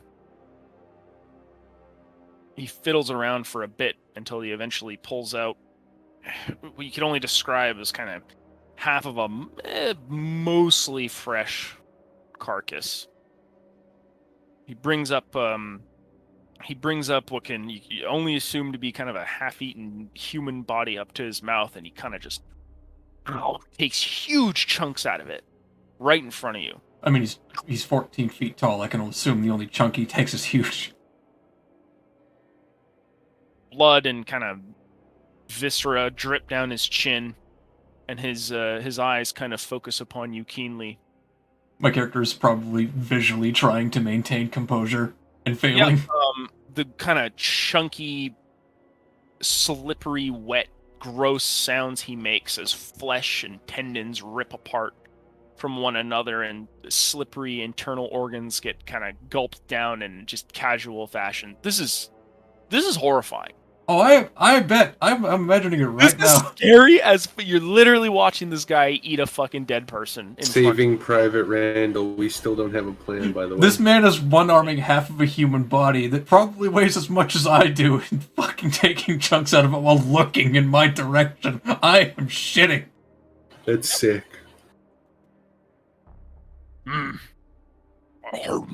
It doesn't take him long. A couple minutes and the entire thing is devoured. You hear another sound.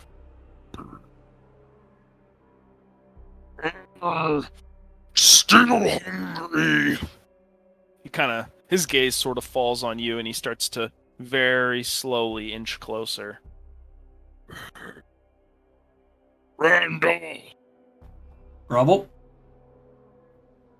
He kind of he looks at the small kind of iron cage that you're being kept in, and he looks around. Stupid humans. Where is Key? He kind of begins to fiddle around. Did Grumble lose Key again? Don't hate shaking the cage of food. It shits off every time. I'm pretty sure the other one isn't in the cage yet. Okay. Um, Yeah. He you see him kind of throw kind of a minor tantrum as he just sort of starts flinging things around the room. Mostly bones and a couple loose stones as he just very urgently searches for the key to the cage, presumably because if he just takes the cage and rips it open while shaking it around, because it's metal, so it'll take him some effort. But he'll do You'll it. shit yourself and be less appetizing.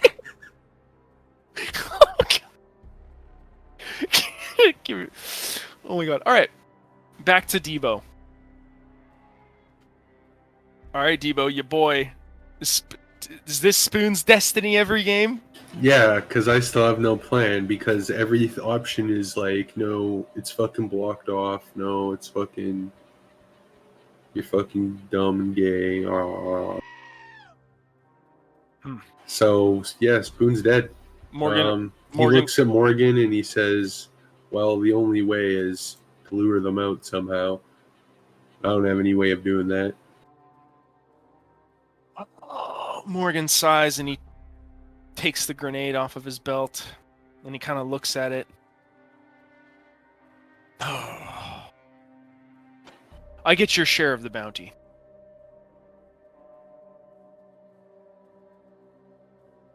Deal?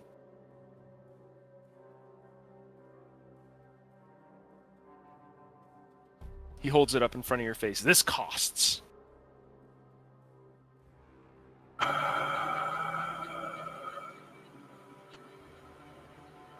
It's gonna cost both of us our lives when we don't have it. But sure. It's almost harvesting season. Well, it's a distraction at best. Might buy Randall some time. Or we'll all die. But it doesn't sit right with me leaving him there. I wouldn't wish that on Well, anyone. there's not much we can do otherwise. Well, get into a better position and let's hope this works. Are you ready? Yep. He kind of puts the grenade on the floor and he takes he takes a kind of a tinder switch and he kind of begins to well, he struggles with it briefly. His hands shaking and he's sweating. He's obviously like very nervous. Like the dude is competent, but he knows like this is probably about to be the fight for his life. Back to you, Spoon. You can feel the cage tremble as Grobble kind of stomps around his makeshift enclosure. Lost me again! Grumble hates eating shit meat! Oh, get back, Atticus! Morgan tosses the grenade around the corner, and then he like reaches over to grab you by the kind of the shoulder, and he just rushes with you out the cave. Yeah, Cover your ears! yeah, he covers them. He fucking hella covers them. Right. Okay, nice. Wait, why am I dice green? What the fuck? A loud and resounding bang shakes the internal foundations of the cave, blasting the door off of its hinges and splintering it noticeably down the center. You hear at least two pained cries from within the cave.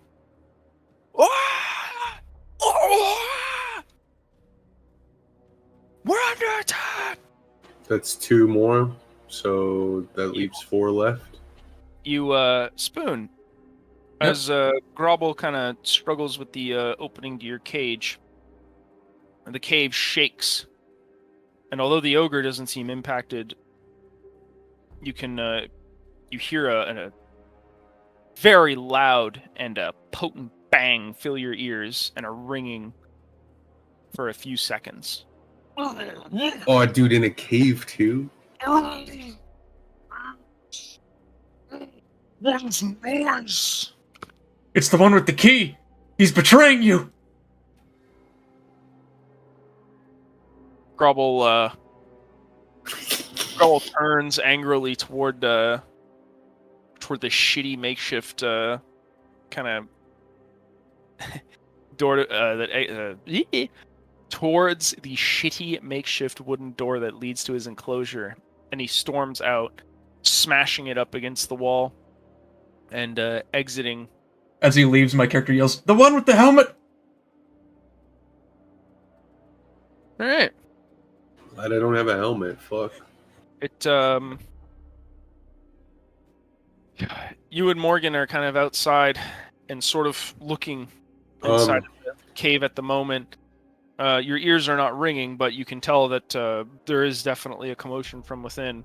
Oh yeah, Atticus Atticus makes the motion to run the fuck back to that rock, brother. And you can hear a much louder, angrier voice from deep within the cave. Yep, we going behind the rock. I'm going behind the rock anyway. Yep, you and Morgan, basically, as quickly as you possibly can, rush all the way. You can't stealth; it will slow you down to such a degree. No, like he's gonna fucking like dive behind that rock and try and hide. Yeah, all the way back to that kind of a flat, large stone at the top of that small hill. Yep. And you wait behind there. Oh, okay. Morgan kind of readies his crossbow, and he kind of keeps it tight to his chest. Spoon. Yeah, Atticus does that with the gun. The ogre has left you basically unsupervised. The exit wide open. Your cage also open. So while you are still tied up, your arms or your hands are still bound. Your cage is open. It seems like in the distraction, it caused enough of a kind of irritation for Grobble that he just kind of left you with a free escape in his kind of rage. There is one path leading directly out. You hear some cries further up the tunnel, which are almost immediately overshadowed by very, very angry yelling. Coming from, of course, the ogre. So my legs aren't bound? Nope. Your legs are free. It's just your hands that are bound. You've basically been like crouched uncomfortably in the cage, but if you every so often you'd stand up to kind of just give your legs a moment. So you can get up and walk around. Yeah, okay. I'll go over to the grizzly pile of human bones and look for one with the like splintered edge to see if I can get these fucking binds off. Yeah, thankfully for you, the ogre doesn't eat with any particular amount of finesse. There's lots of snapping and cracking, and there are lots of sharp bones that can be used, possibly to, with a lot of effort, snip through the thinner binds that you're currently held in.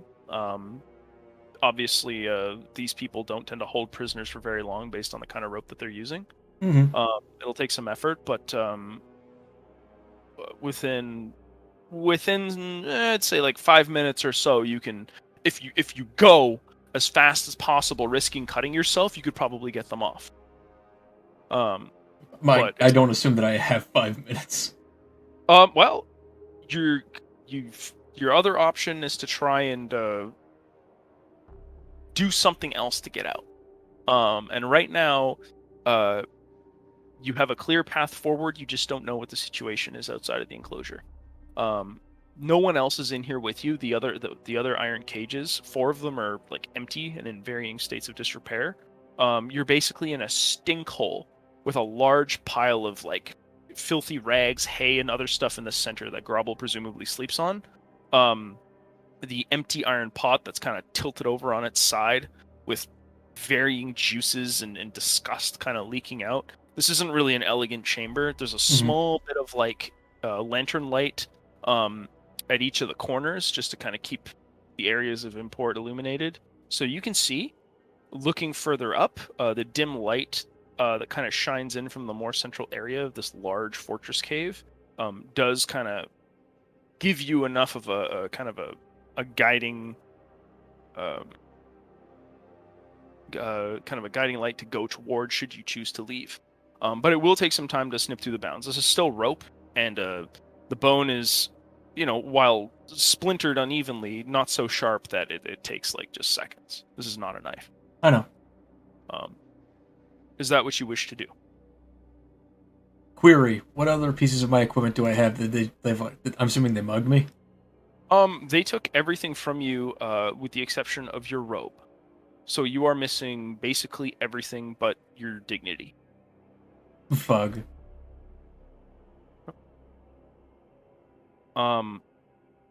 You were holding on to the book too, weren't you? Yep. They do have that. No, it wasn't. I was. I'm pretty sure you gave it to Spoon to hold on to, didn't you? No, my character's fucking highly paranoid about that. Just double checking. Yeah, no, he has that shit with him. Like, so unless he's like captured and like fucking patted down, Alright. Nobody's gonna find that shit. Just double checking, because I wasn't sure if you'd given that over to Spoon. No, Okay. he let him see it for a bit, but like every time he's like, "Give me that shit, give me that shit." You and Morgan hear something from within the cave. Spoon, you actually hear what's being said. You just know that some sort of commotion is happening. There's no real census check you could get from the distance you guys ran to that would give you anything legible. They're in there. They would have to come out. You hear Grobble arguing with one of the bandits. What happened? Why door broken? One of the men pipes up. We don't know. We're under attack. Oh, my leg. Oh, damn. That's it. Wouldn't splinter. Those damn guards came back, I guess. Guards! Grobble, go and eat them! You hear one of the bandits pipe up. No. That's probably what they want. If they lure you out, Grobble, they'll shoot you with pointy things like last time. We're better if you stay in here. Oh, he holds his leg. Grobble spend too much time pulling out fucking wood. Fine. I stay in here, but I'm getting hungry. That's fine. Listen. 2 of the boys were injured when we left to scout the area. If you get too hungry, you can eat them. And we have a prisoner. He kind of looks over at the 2 injured men who are currently like wide-eyed in terror. You're just kidding, right? You're not gonna let him eat us. It's either you 2 or me. I would like to Trouble. start. Trouble, I always cooked for you. I was always your friend, wasn't I? Nobody Grobble's friend. You all just food that bring more food. Go ahead, Spoon. They're basically I would like to start like creeping outside to see what's happening out here. Yeah, you can basically, given the distraction and the arguing that's going, I'll give you a +5 to your stealth. The cave has just been shaken to the absolute foundations. There's a bit of smoke there's a bit of dust, and they're essentially just darn. Well, what do you get, Spoon? 10. Good enough. There's enough of a distraction. You essentially hear them arguing back and forth. Grobble is contemplating like whether or not to remain at the advice of the man who captured you, whose voice you recognize, or if he runs out and just begins slaughtering whatever supposed guards have apparently come for them a second time. You remember that Morgan had mentioned that this was a bounty that had been contested before by other hunters and by city officials as well, but no success. Probably explains why the bandits have this kind of small pseudo fortress. One of the things that you do notice is this particular spot seems like it was built more as a holding point. Whatever goods and spoils of war that would normally be stored here, for some reason, there's much less that can be pilfered from this area. Spoon, do you have any criminal savvy or a talent that is like that? No. Okay.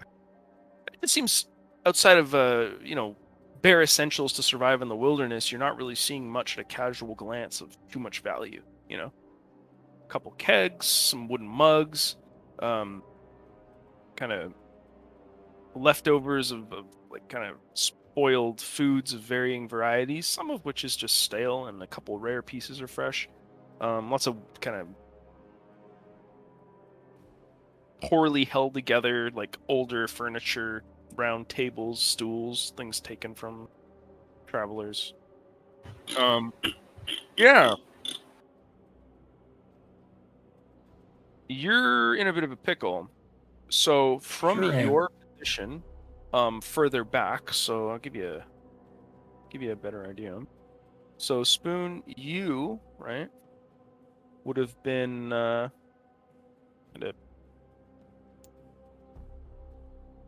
in that area, kind of near the corner. The door that was kind of baby raged open was here. So this is kind of we're gonna mark this as like your exit. And it kind of leads into this central kind of section here. What you can currently see is so the ogre. Are you peeking from around the corner or doing anything specific? Just so you know, this area is. So give you a good there's light here. Oh my god, please. Okay.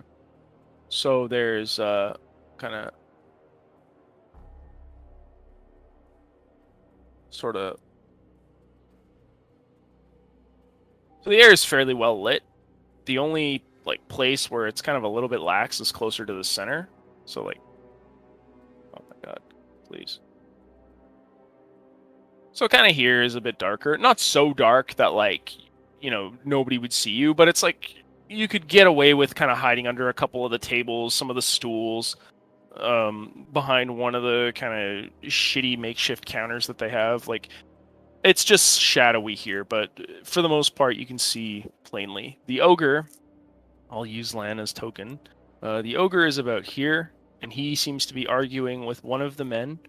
The two injured men are kind of here. Color? We'll use red. Red is a good universal color for you. So, one of the injured guys, the other injured guy. You can see another guy over here that seems to be kind of attempting to pull something out of his leg, and another guy here who is also seemingly busy pulling objects out of himself. So whatever hit this door not only blasted it open, but likely caused some fairly large splinters to kind of scatter amongst the bandits and cause some serious damage. The man that's kind of negotiating with Grovel is right here. If there are any more men here, you can't see them. Fair. All right. What do you wish to do, Spoon? You're basically at a corner, and you're kind of just peeking every so often, trying to catch a view of what's happening. At the moment, Grovel is just bickering with this man, who he has called Wallace.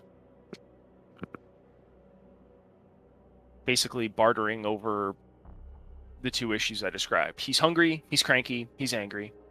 He wants to go smash, he wants to eat, and usually one result leads to another, but the leader is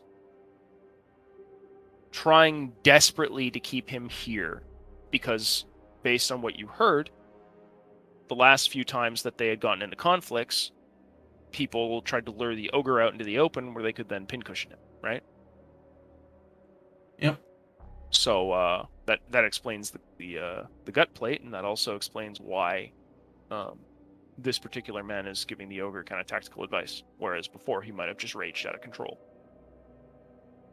You wish to do anything? I'll wait a couple seconds to see how this plays out because my character still score is fucking non-existent. The arguing will continue, and they basically go back and forth, although Wallace has to be very delicate. All right, Debo. You and Morgan kind of sit behind the rock and occasionally peek over. You notice that none of the bandits nor the ogre are kind of spilling out from the entrance. Okay, so if none of them spill out, Atticus fucking... It's been about a minute. Morgan kind of looks at you. Yeah. Do you think we got enough of them? Atticus shrugs and says they're not going to spill out. We're going to have to go in. And then he just walks back the way he fucking came. All right. Yeah. And he's going to take the same approach, stealthy, try to use the smoke. But he's fucking got his gun like hella clutched. Yep. Okay. That's pretty much what we're doing. Because like his plan was, if they chase me, well, then we get to fight them. If they don't, well, then they're probably like, let's not fucking chase them. And now we got to go in anyway. So. Yep. You wanted to fight them on your own terms, which makes sense. But the leader is alive. All right. Yeah, I'm gonna fucking shoot him anyway. All right. You head back to the same place that you had occupied prior. The explosion, while potent, was not to such a degree that it could collapse the cave or anything of that sort, but it has caused some fairly significant damage. The light sources that had been here at the front are no longer there, so the light that you're getting comes from interior. Okay, so right here, there is now no longer light, which means you can actually risk a bit of stealth in that section. The light that is here is illuminating the people and the ogre. You can see clearly. You have a clear line of sight from this direction. You can see. To give you an idea, I'm gonna. How damaged is this gate? Like, is it good? Yeah. I'm redrawing that right now. So this is kind of what it looks like right now.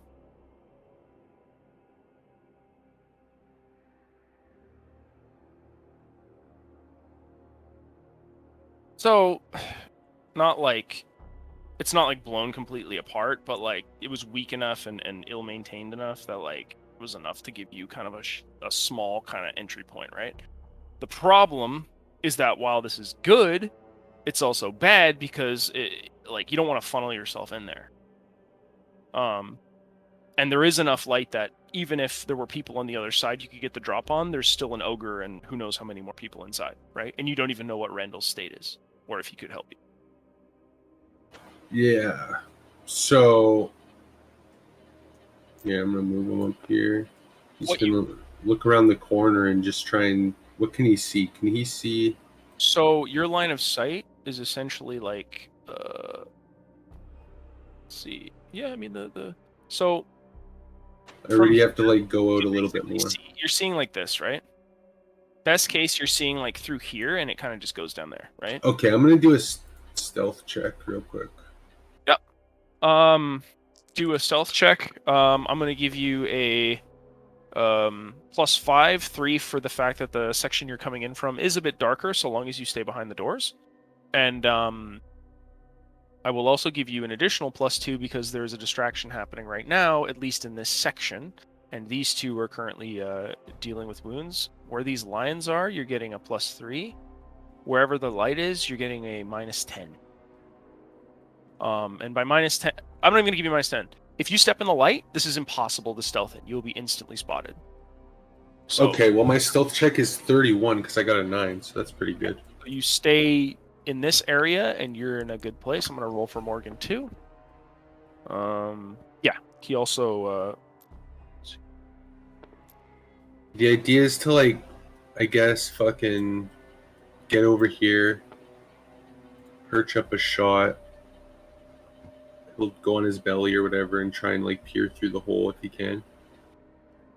Okay, hold on here. I'm going to bring up the grid for you. Menu, configuration.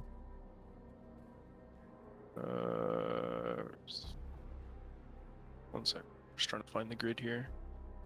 Oh, it's in somewhere like super obvious.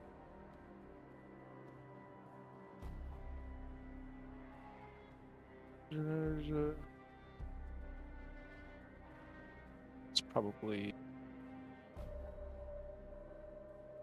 Here we go. Good. Alright. Let's see. So, right now combat hasn't started. Where do you want to move? Do you want to just stay there? I want to... Basically, I want to use pick him off and fucking set up a shot if I can see the ogre. If I can't, well... If you can't, which? Can I see the ogre from where I'm at? Let's see. You're here.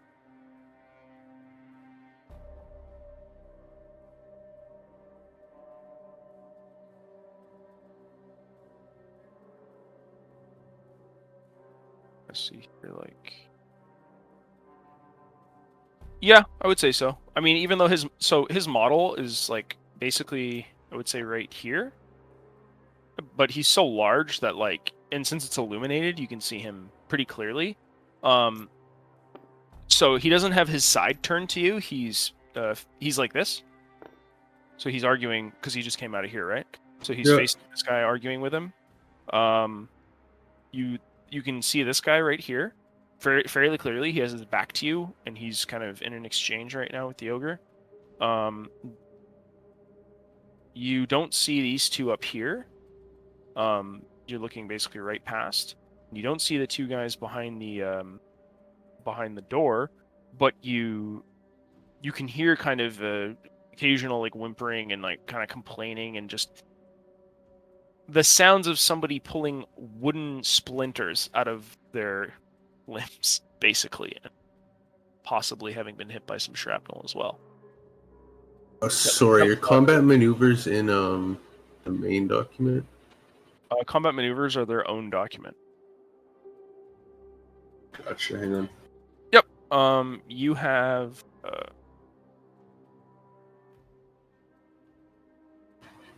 I'm just trying to look for the rules for sniper shots. Your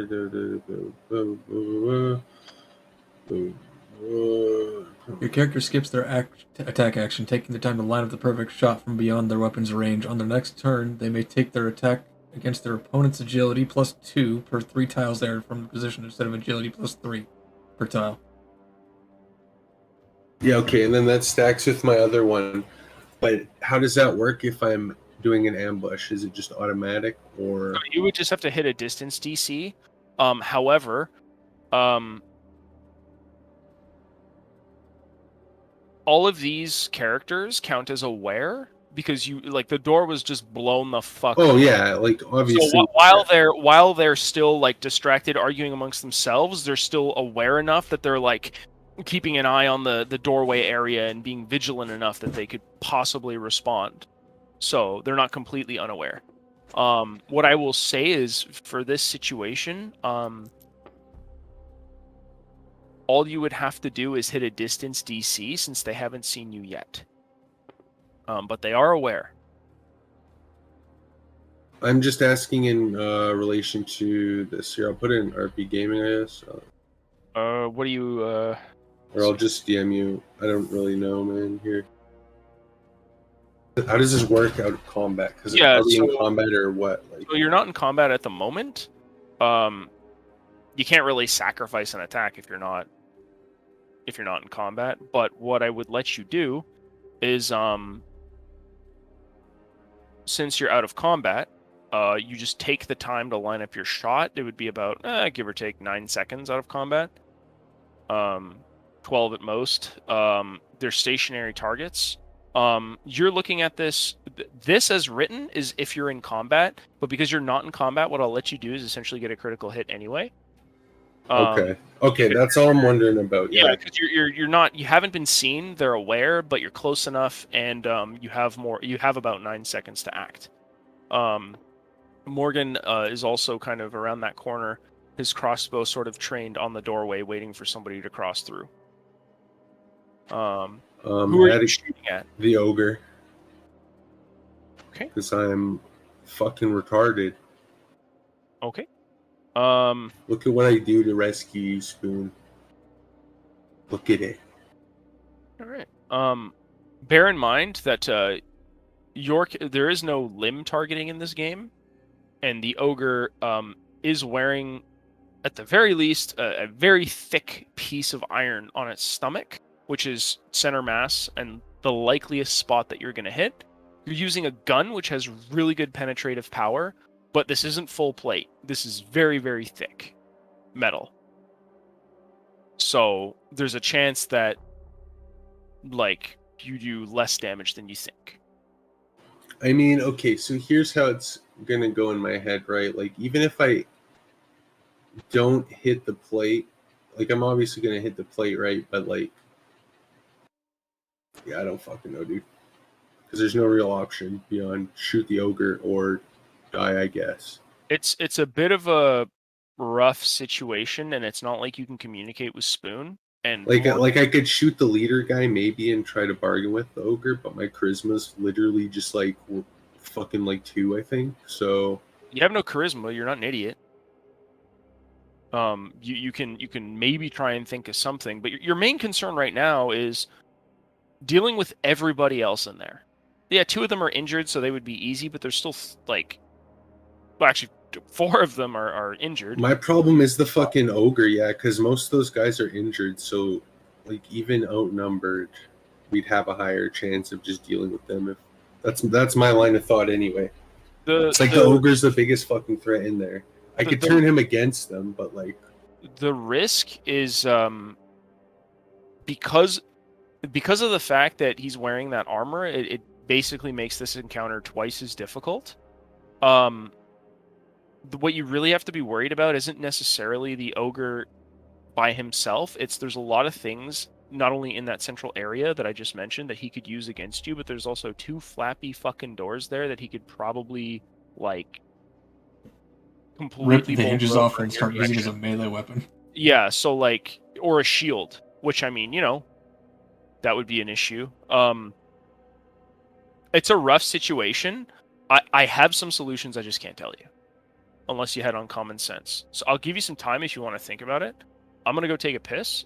Spoon can give you a hand if he wants to, because this is one of those, like, extra spicy. Like, this is do or die. You guys fuck up, you're dead here. So plan well. I'll be right back. Mm-hmm. we're fucked. What the fuck? Yeah.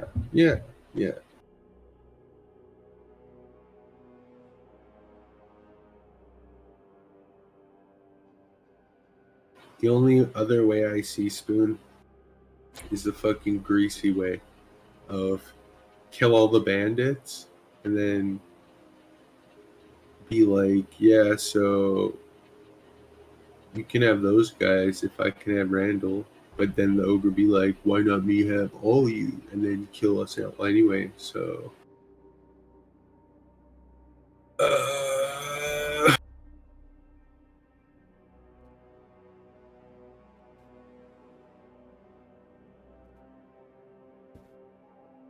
We're all fucking dead.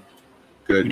We don't have a lot of leverage to negotiate, but you have the option of lying.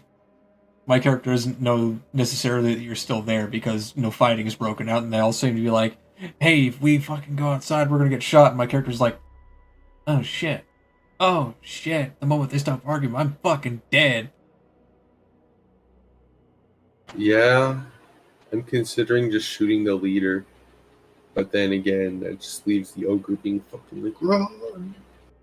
The only other way I see out of this is I somehow convince this ogre that I can lead him to something that he can eat. But that's not necessarily a good plan because he's already said, he's like, I don't like tricks. It's like, Yeah, also there's the whole, even if you lead him somewhere, he'll still fucking want to eat you. That's why these bandits are fucked. Like, I do not want an ogre mercenary. The only other thing that I can think of is that the humans are obviously apprehensive about wanting to go outside. The presumed leader of these humans, who's obviously very pragmatic and somewhat charismatic, he's still arguing with this ogre, could arguably be said to be the only thing keeping the ogre in here. So if you wanted to do what this guy was suggesting, well, all of a sudden the ogre becomes much less tantalizing of a target. Well, that's my thing too. Like, yeah, you could just shoot the guy arguing with the ogre, and then he's fucking gone, right? Like, he's just like, what? You mad? And then he'll fucking come out and try and chase me or whatever. And I can run off into the woods. Maybe give you a fucking chance to slip out. I'm going to level with you here. Based on how he's laid out all the light paths for his, it's just like, okay, you poke your head out over here, light here, light here. Where's there not light? Next to the fucking ogre. Yeah, go walk up to the ogre. Idiot.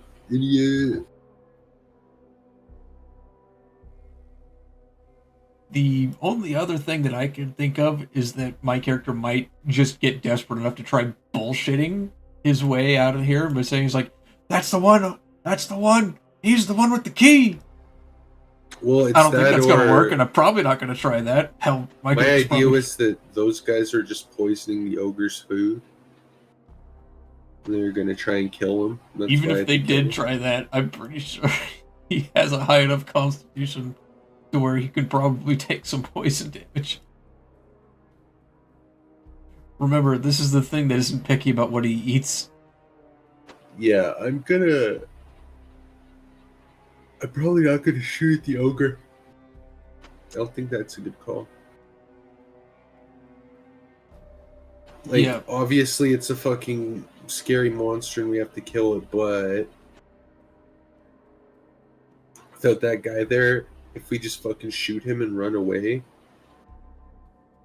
either the ogre turns on the other guys, or he fucking Hulk smashes and chases us. And, like, we could just hide in the woods.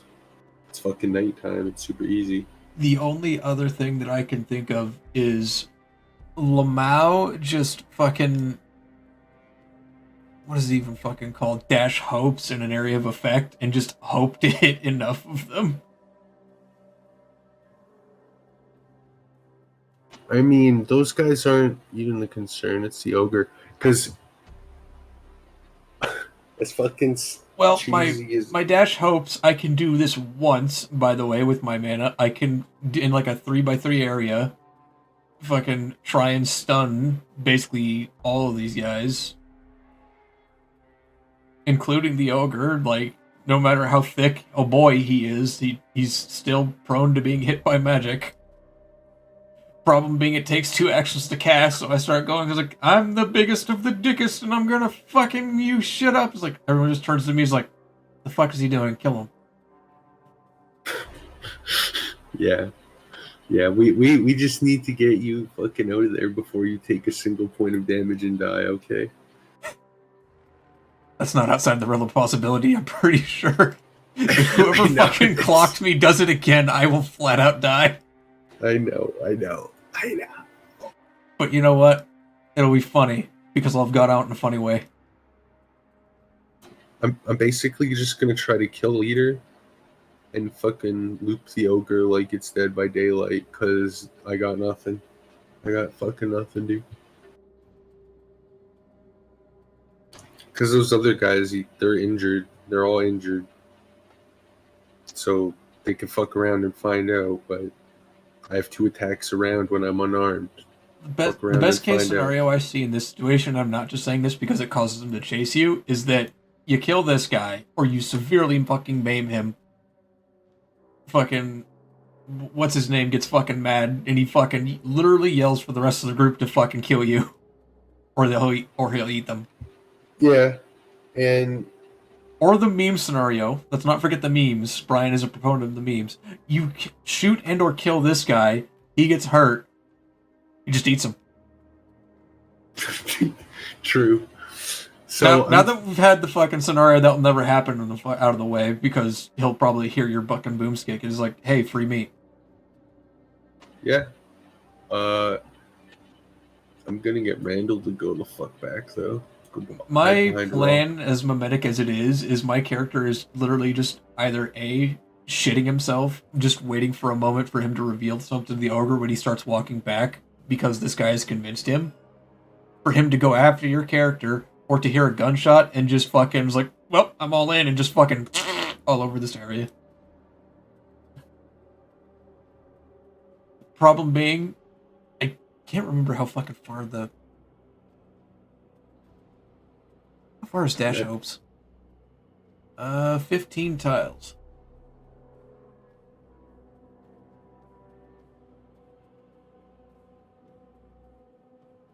I could almost hit you from here. I mean, that's pretty good. But it still takes 2 rounds to cast, and as soon as I shoot this guy, combat will start, I think. It'll start, but it still has the fucking average, like, there's the dangerous boomstick guy over here, and the prisoner saying shit behind the door. Worst case scenario, he sends people to check me out, and I have to accidentally potentially kill them or do nothing. Because that's how my fucking attack spell works, by the way.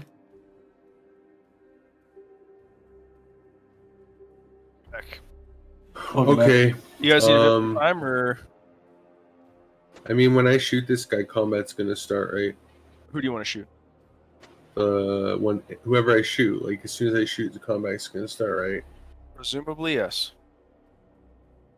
I'm just asking for Spoon's case, because my plan is to fucking run back outside as soon as I shoot, like a cowardly motherfucker, because I have cowardly motherfucker, the trait or whatever. Aside from the past 4 minutes, we spent borderline metagaming and fucking memeing about scenarios that'll never happen. I really can't help here because we're at the opposite ends and I'm not a fucking mentalist. No, I got a... Where is it? Fucking... Calculated retreat. Wait, that's just against melee combat. Yeah, like we've basically cast time stop because you guys are dropping deer pellets, and I don't really blame you. Like, this is one of those fuck around and definitely find out situations. Oh, Okay, I bet you I'm know about what? to find out. Atticus By find out, I mean Spoon finds out, and maybe Debo gets away. makes a little bit of a motion over to fucking Morgan, and he like a kind of like shoo back a little bit motion to like, you know, go over near the fucking entrance to the cave, moron motion. So you're kind of just trying to shoo him. All right, he. I'm trying to get him to move like up to here so he can have a shot with his crossbow, but still be like relatively safe distance. You can kind of see it's dark, so you can't really see Morgan's expression too clearly. He sort of kind of sees you waving your arm. He And he like kinda- point over towards the entrance of the cave, basically. I want to use tactics to reposition this motherfucker, but I guess I could do that when combat starts. Doesn't matter.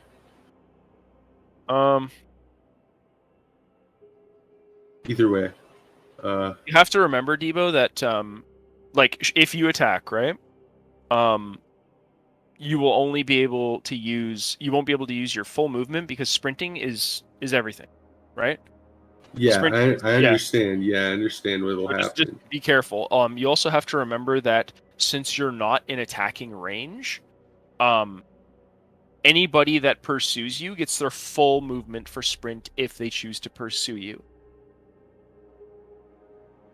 And what I will say is at least one of those uninjured characters is much faster than you think. And it's not Yeah. because they're agile. It's the ogre. Yep. I've been new. Big stride. Very big stride. Lots of distance per step. That's why I have fucking Grand Tumble, but like, even with those perks, it doesn't fucking matter. Still, that's why he's trying to get Morgan to go the fuck near the entrance of the cave in case shit gets fucking spicy. He'll back up a bit. I mean, that's a kind of shooing. You can't really make out details, but yours is fairly obvious. He'll kind of start to back up toward the entrance of the cave. Yeah, when he starts to back up, Atticus gives him a thumbs up and then looks back to his shot. He's aiming for this fucking guy. Where is he? Fuck. Yeah, that guy. So as he's talking to the ogre or whatever, Atticus is lining up a shot, aiming for the head, sure, but we take You're just aiming to hit him. Yeah. Do you pull the trigger, or do you want to do anything else? If with the second you attack, you thrust everybody into combat. This is one of those video game. Do you do the quick time mini event? I mean, Spoon, you want to do anything? My character has fairly little idea that you're there, so no. He's basically just sitting here shitting himself. He's like, what the fuck am I gonna do? Spoon. Mhm. One thing that had slipped your mind was, I don't know where Harris is. well, that plus when you had taken that punch from Wallace, Yeah?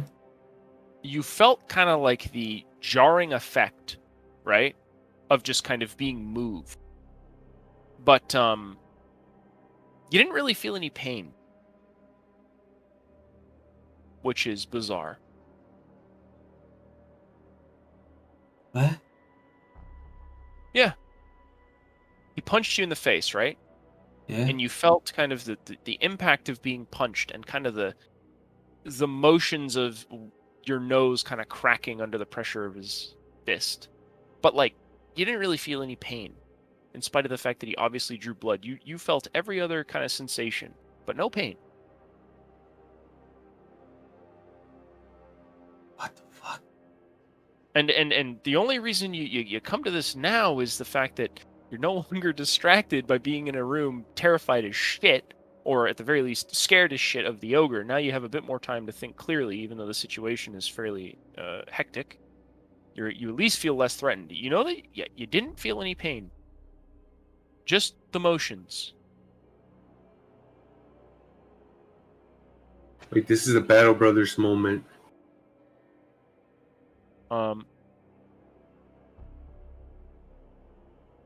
As you reach up and you kind of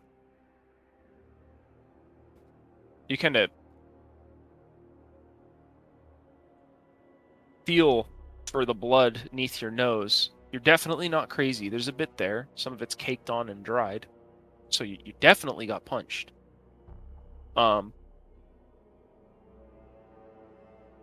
Just strange. Oh no. I can sense one of two different possibilities. I like neither. Debo. Does Destiny call? You mean does Brian making Debo a villain call? I'm not making you do anything. You can do whatever you want. Mayonnaise, mayonnaise, Brian. mayonnaise. Yes, been a lot. With that new information, just to confirm that one of my fucking theories is complete bupkis, I would like to poke my head around again. I would like to look, and I would like to use my fucking sense magic skill. Sure. And before 1, Let me know what you get. 12. Hey, that's not a 1. That's a little better. A 1. Okay. What are you looking for? Anything specific? Or Right just a now, general- I'm looking at like Harris's general directions. Like, wait a minute, what the fuck? I'm looking at him. So you're looking for Harris? For or at him. I'm assuming his Yeah. form is blocked by 14 feet of farting a muscle. Yeah. You kind of do your best to scan all of the possible free space that you can see. And nothing comes up. Nothing abnormal, but you do see something beyond the shattered gate. But it's familiar. It's the kind of tensing, blackened curse that hovers over Atticus, and it looms. And compared to what you had seen before, you see almost kind of purplish, puppet-like strings embedded in every joint in his body. And they seem to kind of resonate with a energy that you cannot identify. Well, that's not And good. you feel the very same. You feel the very same sort of severity prickle at the back of your neck as well. It feels as though somebody kind of, somebody very delicately has inserted many fish hooks into your flesh and has just left them there for a while. And you feel as if somebody is sort of very, very carefully siphoning something essential from your being. And you can only assume that Atticus is suffering from something similar, even if he can't see it.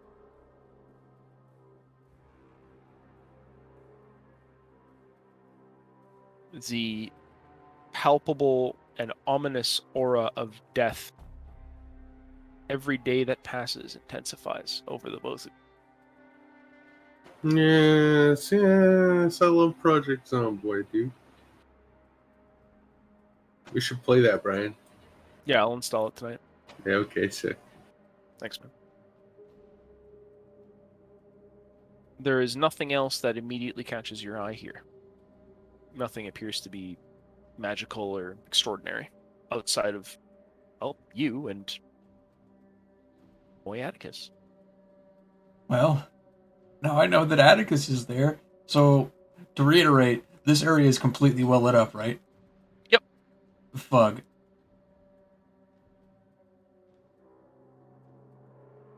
So I saw Atticus in the middle of a fucking hallway.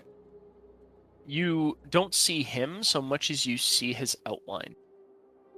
Like you feel like you didn't roll well enough to see him exclusively, but you kind of recognize the sort of ominous fog in the area he's in. Does that make sense? Yeah. You see small little details, like you can kind of sense those details without seeing him sightlessly. Does that make any sense? I mean, it's magic, so it's kind of bullshitty, but Yep. you're sort of seeing kind of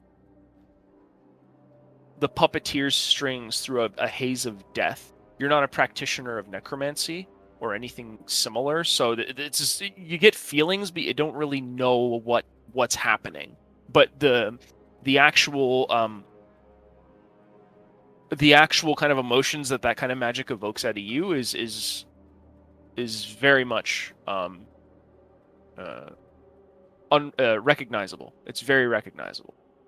Certain types of magic, even those you're not experienced in, are just easy to tell. And you've already seen something similar once before. What are the odds it's someone or something completely different, right? It's got to be Atticus. Especially given that you were just, napped, right? Mm-hmm. But what you do know is that if it's not Atticus, you're in a lot of shit.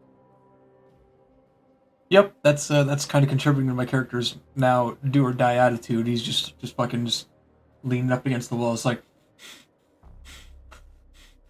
fuck you, Harris. I would like to begin casting a spell. Sure, what spell do you wish to cast? I would like to begin casting Dash Hopes. Alrighty then, you may indeed cast Dash Butthole. Where would you like to cast it? Please. It requires 2 actions. Okay, you have 6 seconds. The second you start casting this spell, you are going to be making noise that's fairly audible. You can't whisper this. That is the point. Okay. You will start now. I'll let you know when combat has been initiated. Debo. Huh?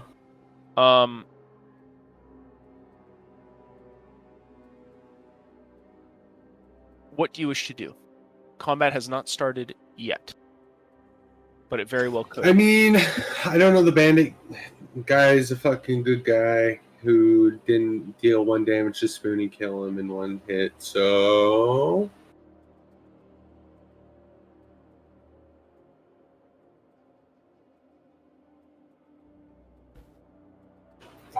There's an ogre, dude. The ogre.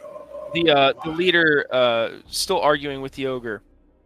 Listen, Grobble. I understand we promised you a certain amount of cows or... Yes, you make Hold on, Grobble. Wait a minute. Do you hear that? The argument suddenly stops. Spoon, you are 3 seconds into your incantation. Okay. And the arguing has stopped. Your voice resonates with kind of sinister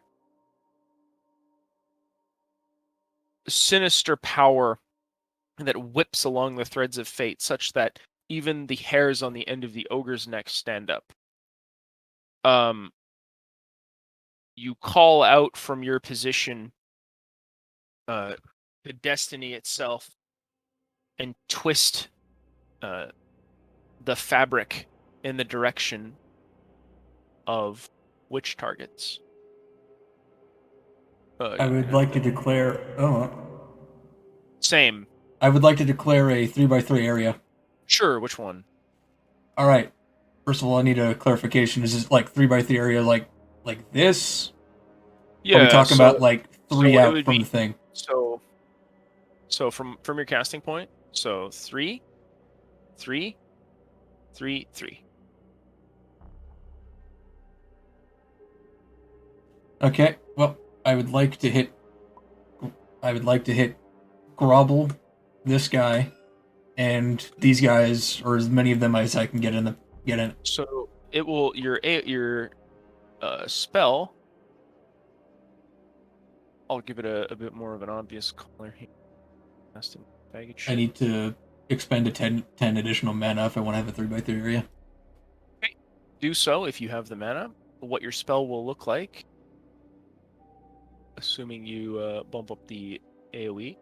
So this guy, to give you a better idea, this guy right here is on this tile. This guy is on this tile. So you would be hitting just Grobble and the leader, which you might have enough AoE to do that baseline without spending extra mana. Wait, my gun ignores armor, dude. Mundane armor. Yes, this is definitely not normal armor.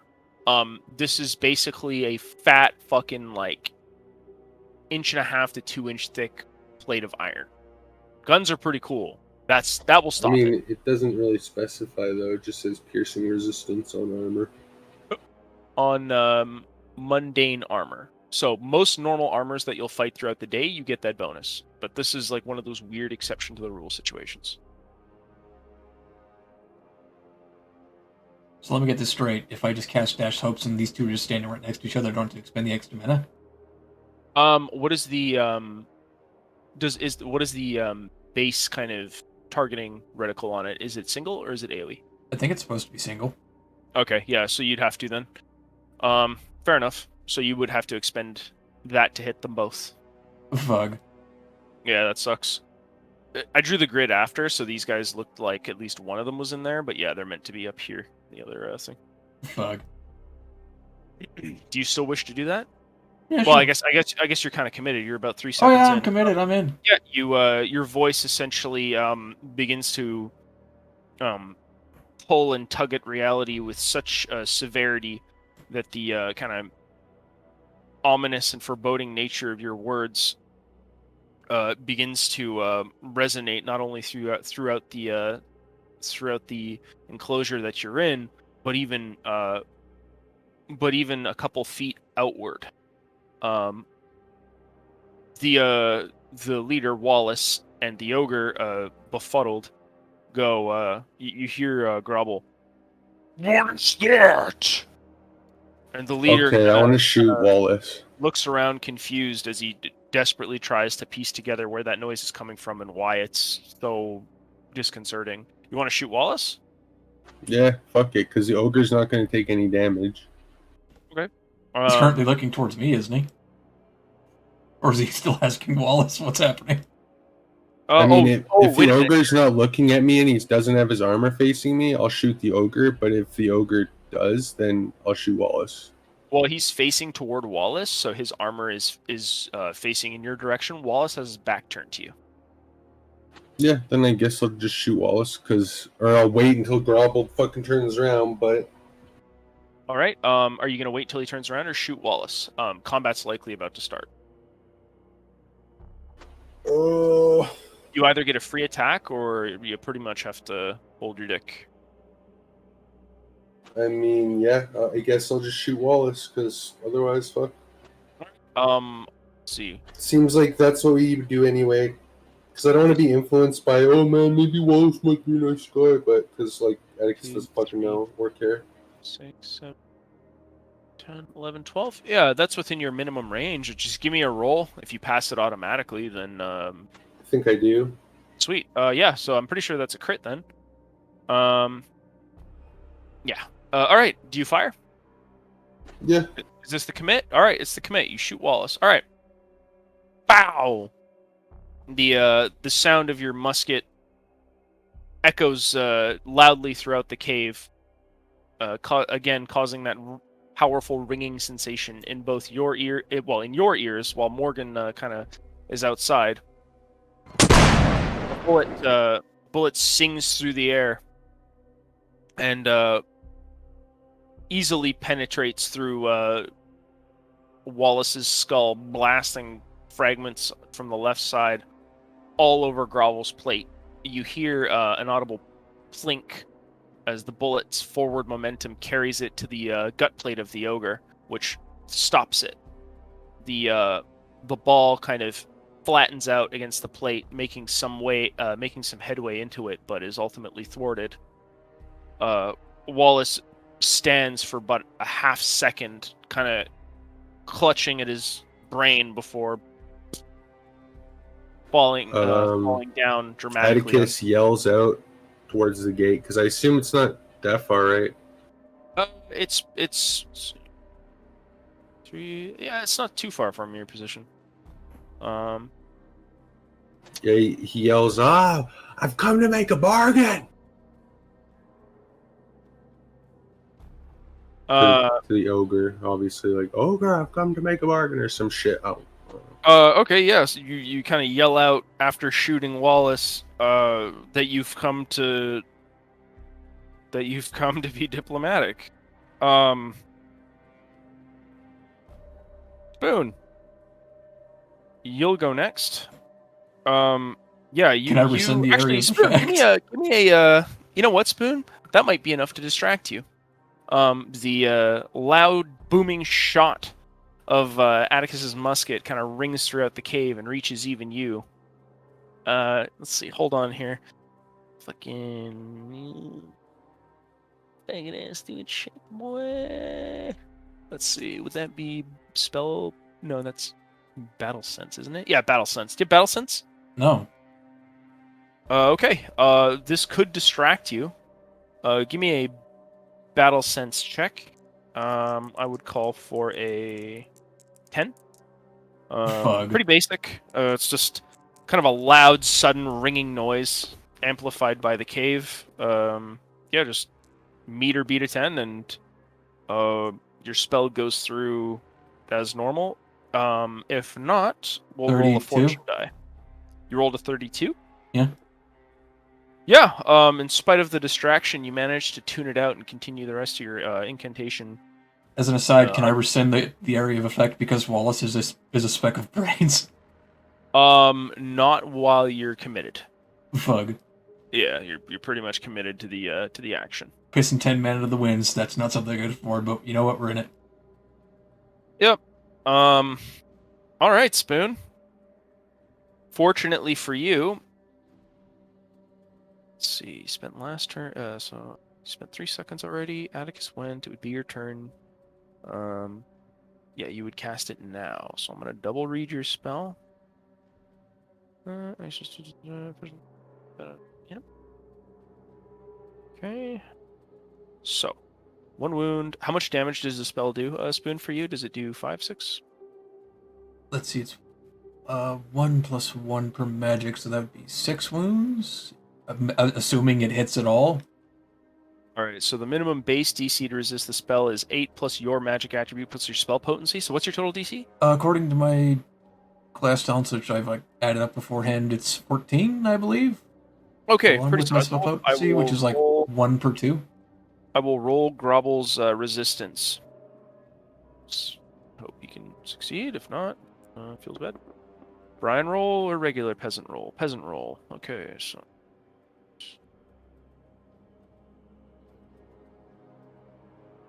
You see? Yeah. Okay.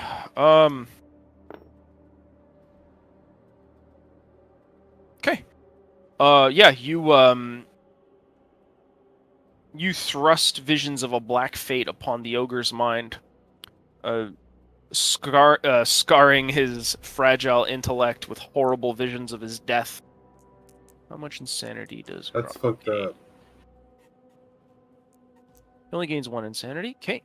But, yeah, you scar his mind with horrible visions of his death from many possible angles. He's temporarily trapped in a loop of perpetual horror and trauma as you visit hundreds of fates and constant births, deaths, and rebirths up over his vision. Can Atticus see anything?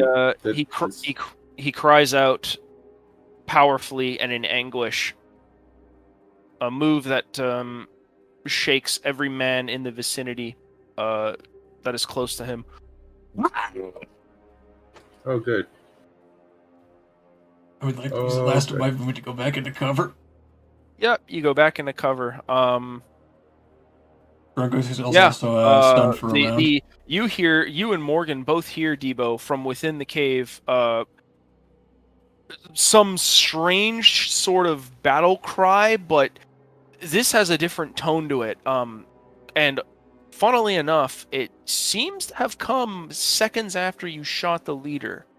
So it isn't unreasonable to assume that, in spite of their arguing, perhaps this ogre was very close to the leader and you just murdered his friend. I mean... Dear pellets incoming. Morgan kind of looks visibly shaken.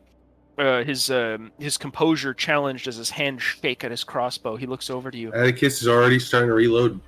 Yeah. Okay. How many actions does it take for your musket to reload? I think it was. As a marksman, you have rapid reload.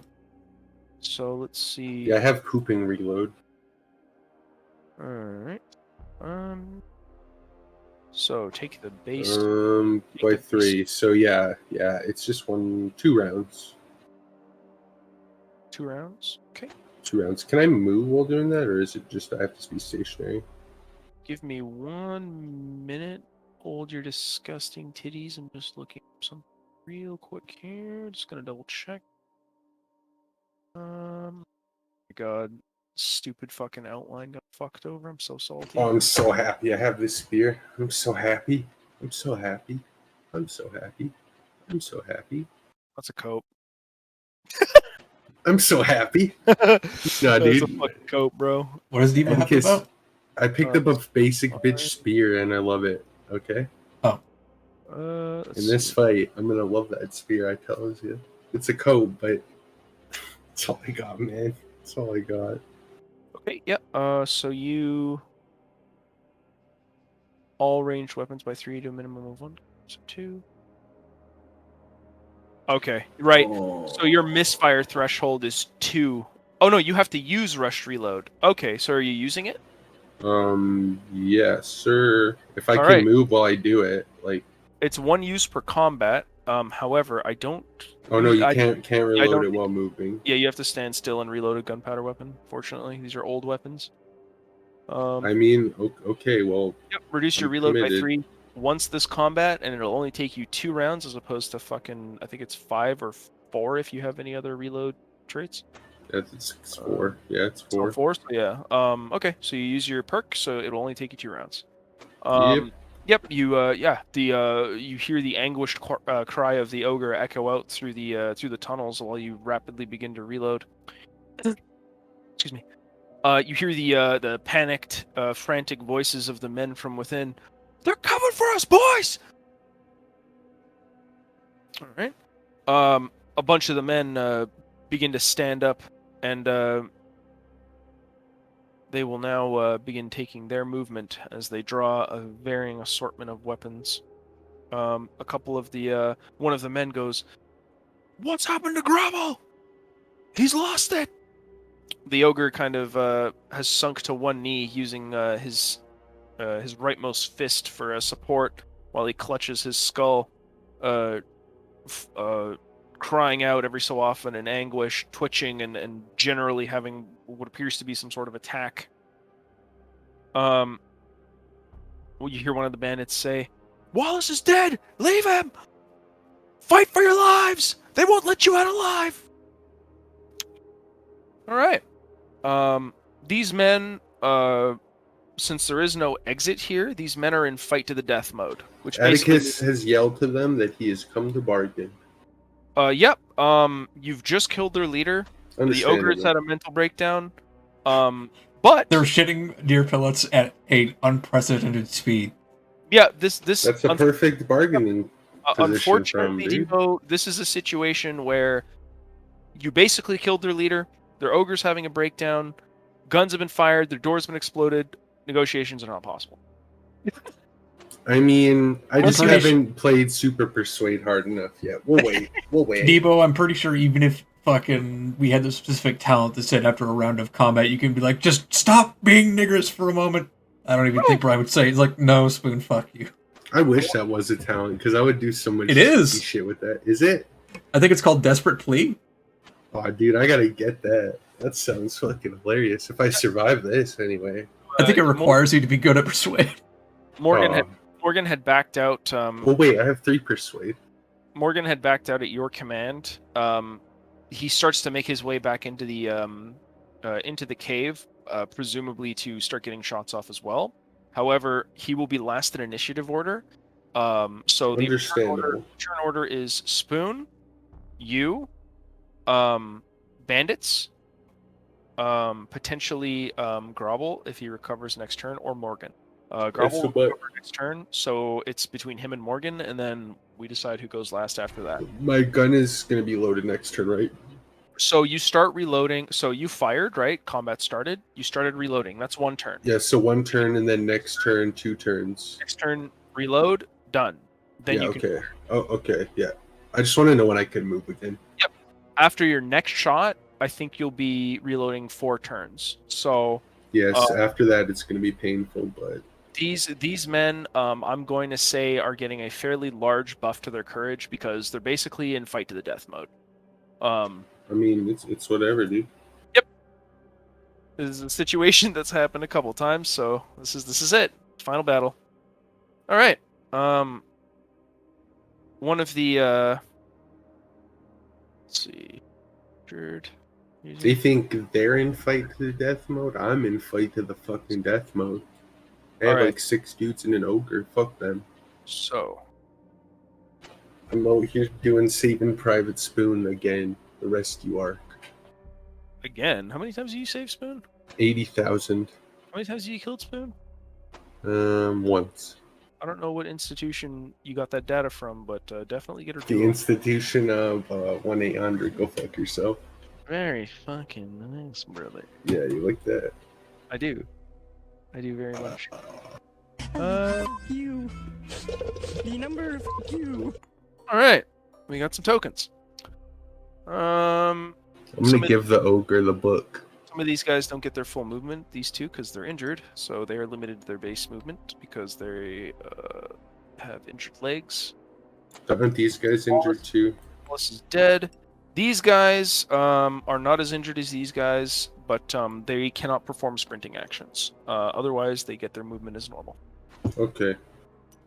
All right. Both of these guys here have bows. They draw their weapons and they kind of move toward the entrance. One of them has a bow. Well, 2 of them have bows. Am I still hidden because I have my crouchies? So And it's now like dark and shit. now that combat has started, even though it's dark in this area, you have fired your gun, and the plume of smoke is still in it. Like it lingers for a bit, right? But there is still the other smoke from the fucking over here, right? So these two lanterns are basically like out.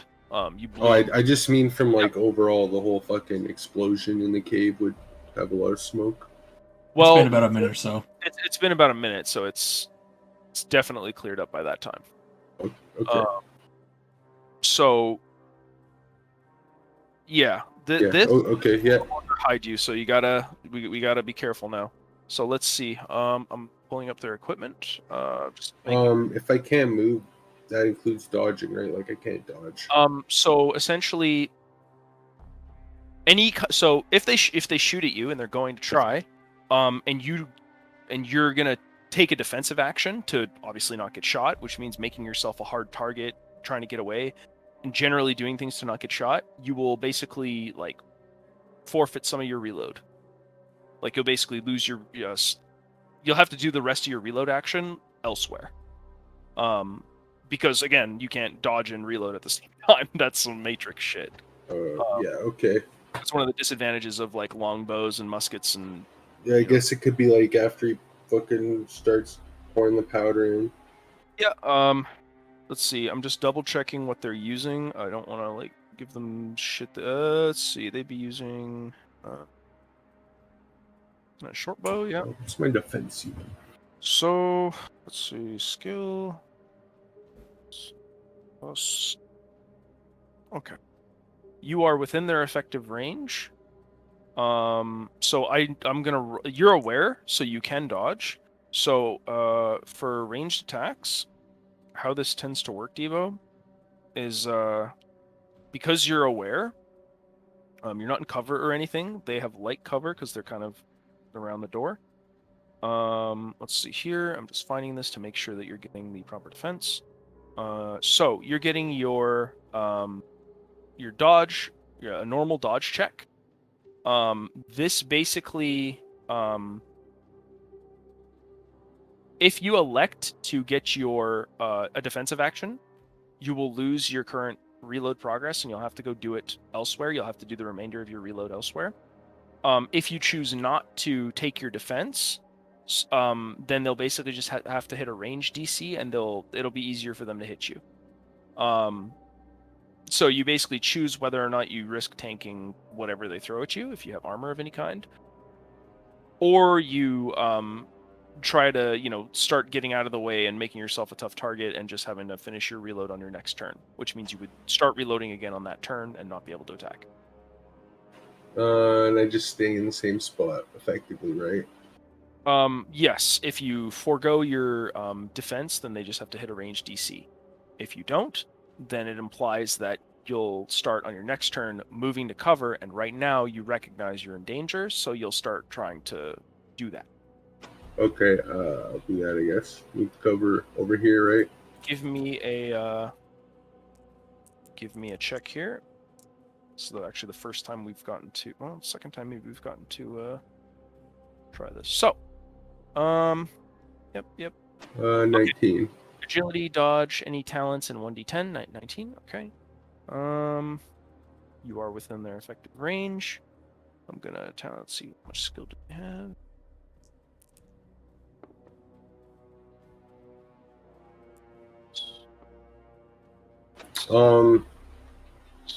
No, I guess it doesn't count yet. I have calculator treat also doesn't count. Okay. You're within. Okay. Yeah. The first arrow kind of whizzes by your rightmost shoulder, just barely missing you. Links up against the Shit. Give me another dodge check. Oh, nice.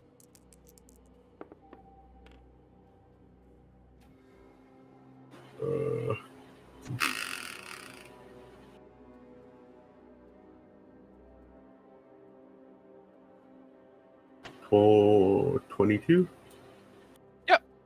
The second arrow, as you begin to shift your way closer to the cover of the nearby wall, also just barely misses your left leg, touching off of the stone nearby. And then, we don't like those. Let's see. 2, 3. Oh wait, no, stay there. You're not out yet. You're definitely not out yet, my son. Let me out! Let me out! God. Pooping as his drawers fill with shit. Okay. Yeah, these guys can both fire as well. Okay. Those two. Just checking. Do they have line of sight? By the way, the gap in the door is a little bit bigger than it looks. That's just for. They are all expert marksmen. Yeah, that's why they just missed you twice, Kick W. Ah, yes, they are expert marksmen. You have 2 more short bow shots coming in on you. Nice. 21. Yep. Another shot that just you are definitely in bullet 2 time at times. the moment. The third shot. What kind of armor are you wearing, by the way? Fuck, I don't know. Lamlar, I think. Lamlar, yep. The third shot connects, but plinks off of one of your lamellar platelets. Coolness sake. So cool. And the last shot. Yeah. God damn. Give me another defense roll. Yeah, they're rolling like shit. Fuck. 17. The next shot goes wide and whizzes by the area Morgan is working his way toward. He kind of almost pokes his head around the corner before recoiling it. Ah, fucking fire back! Fire back!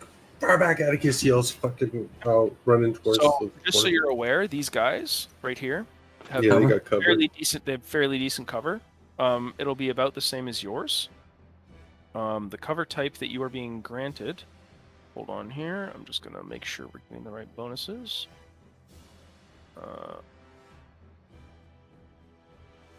Yeah, but I can run away in stealth now, and then they'll just forget about me, right? You're an idiot.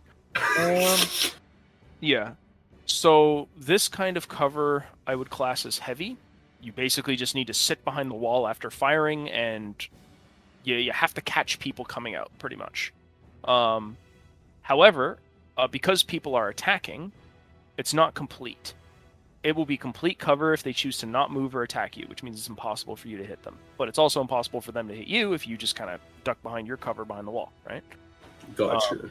If you attack, though, your cover goes from complete to heavy, which is a -10 penalty across the board for them and for you.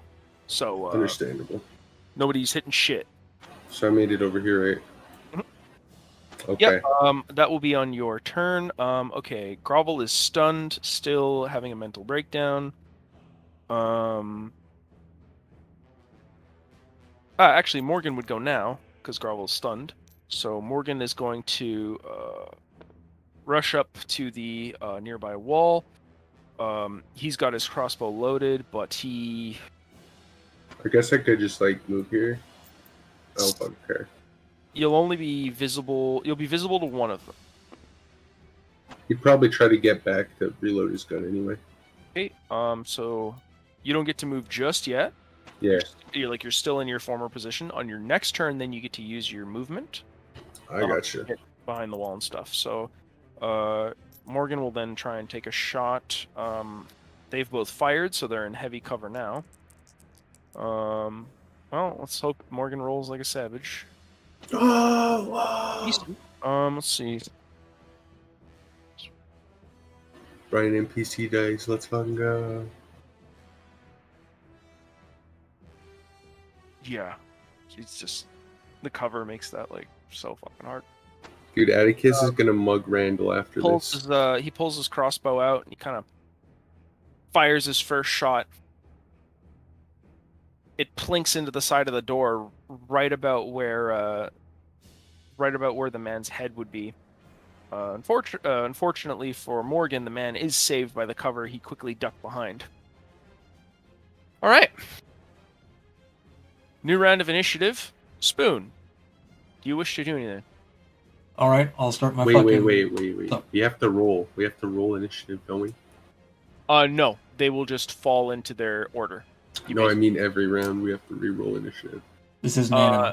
If you want to suck Andy's wiener so bad, I can arrange. Matt? Yeah. All right, Spooner, do you wish to do anything? I would like to do my Super Saiyan power-up and once again cast my spell, which takes 2 actions. Do you have enough mana?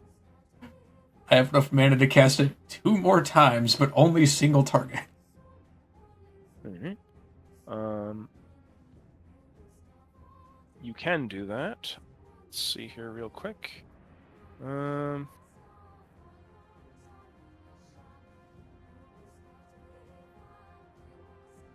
Okay. So Grovel is still stunned and affected by Dash Hope, so he's not a viable target for your spell. He recovers on his turn. So who are you picking for your spell? Just so I know who you're targeting. I'm assuming you're peeking out, right? Because you do. Does this need line of sight? I'm gonna double check. Might be your target. Yeah. So you are kind of casting it around the corner. You're vulnerable while you're there. But okay. I'll cast it on this guy, I guess. Okay. Righty then. So you start charging up your spell. Right. All right. You move to repeat the same spell. And do so successfully. Right. Debo, your turn. So you can now move to cover and begin reloading again. Can I just stay here and reload? Sure. You'll be exposed, but you can do that. Does it finish immediately? No. They basically interrupted your reload. Now you basically need to like, oh god, did I get the right amount of powder in? Fuck, did I pack it? Like you're in the middle of a fight. Like you don't want to. Well, I guess I'll do it from behind cover then. Fuck. Yep, that's why I recommended you get behind cover. So you used your thing. So like here, I guess, yeah. For that round.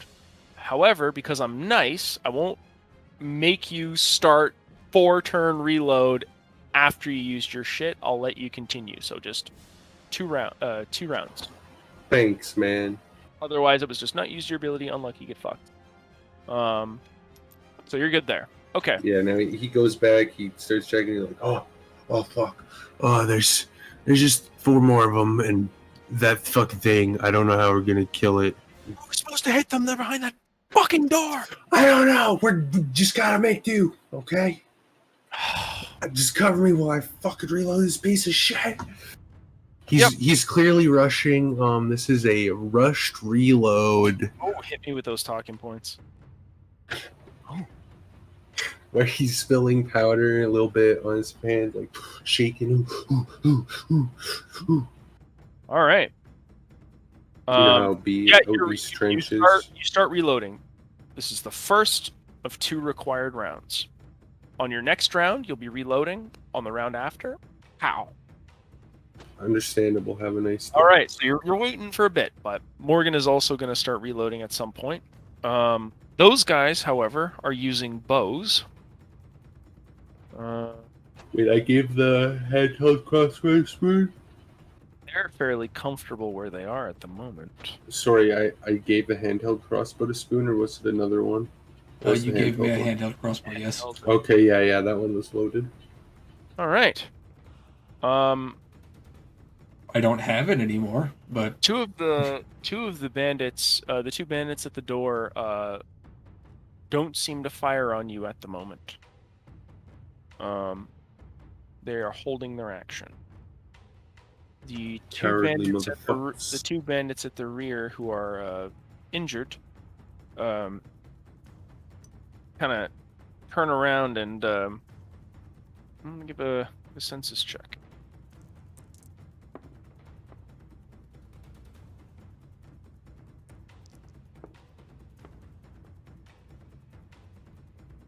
Yeah. Spoon, you can't stealth while casting it.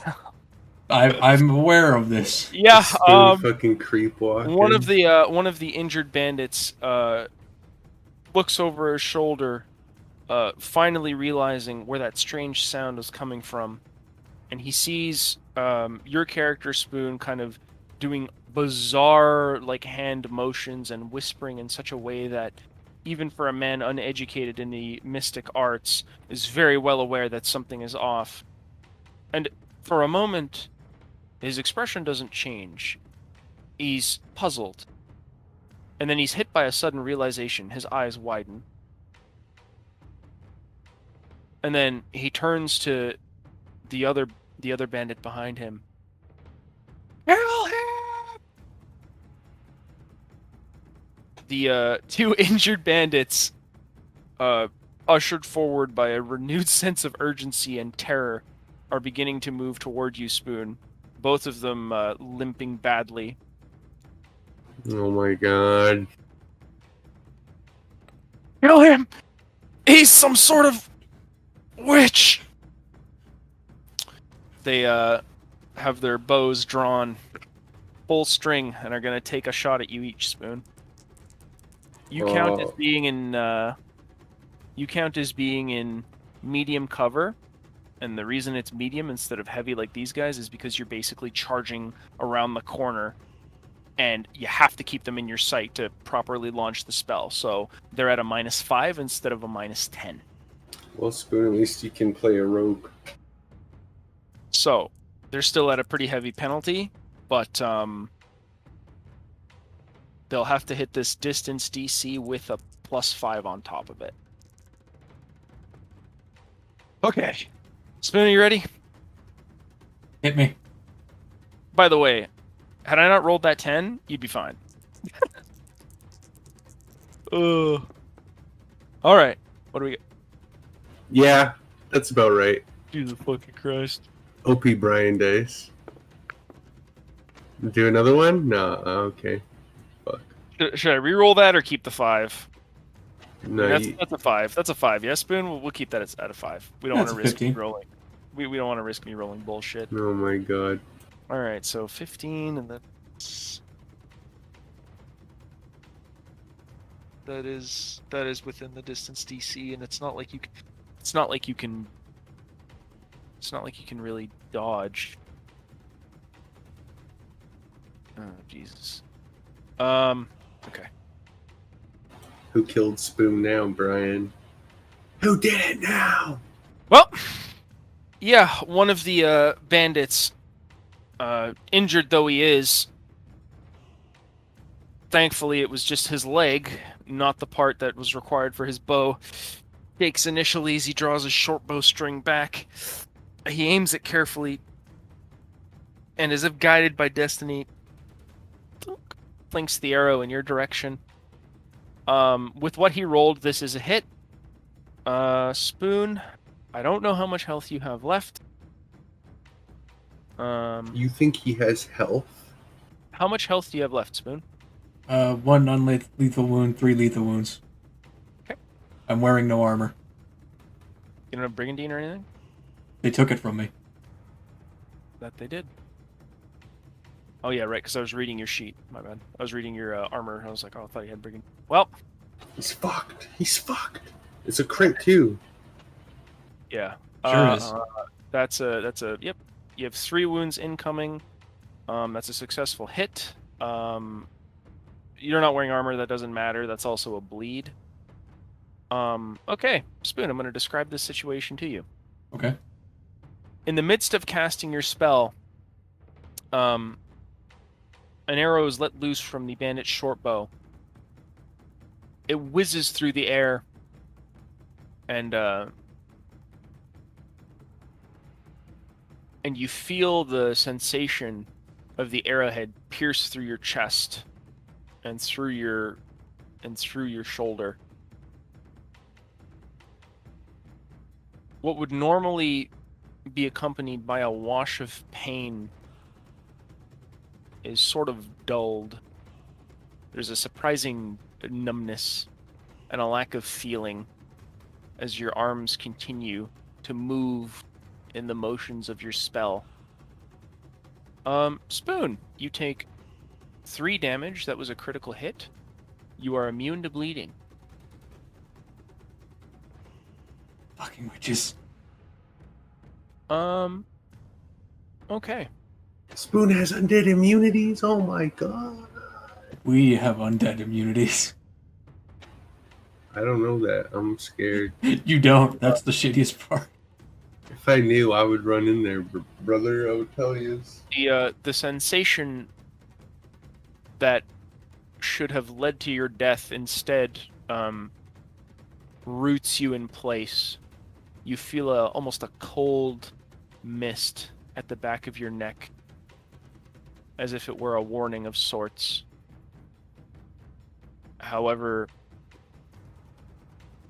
nothing seems to happen. Either through your own will or some other force, you remain standing in spite of taking what is most assuredly a fatal hit for the condition you are in. The other bandit, the bandit who scored the successful hit on you, kind of screams to the man behind him, in spite of the fact that he's close. What? He's not dead! Kill him! The other bandit takes a shot.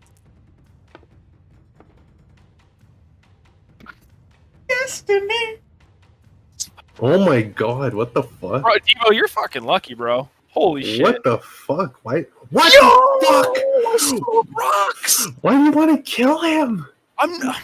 Why do you want to kill Spoon, dude? Yeah, no, Spoon... Okay. The other bandit, with grace, skill, and Many deer pellets. masterful attention that betrays his otherwise humble station, slips the bow from behind his ally. In the same instance, you are hit by the first arrow. Before you register the horrible amount of pain, or at least that you would have registered, you feel something sharper, thunk, plow your head backwards, causing it to bobble briefly. Spoon, your spell is cancelled. You are knocked out of your incantation, and you are staggered backward as an arrow pierces your skull.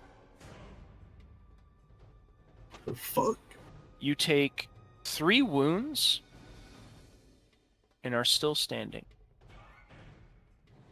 I am at -2 wounds. You are rocked by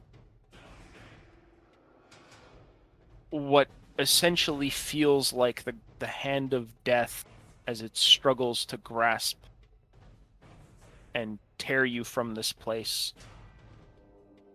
For a brief moment, your destiny flashes before your eyes, and you see threads of fate blooming and dying all at once. And a path that had been so clear before you, where this place had been your grave, has yet become a place of your rebirth into something else. Fuck. Evo, your turn. I reload. I think Devo just soiled himself. I reload my gun. All right. And I look to Morgan and I say, "Oh man, we gotta get Randall out of there, but how are we gonna fight that ogre?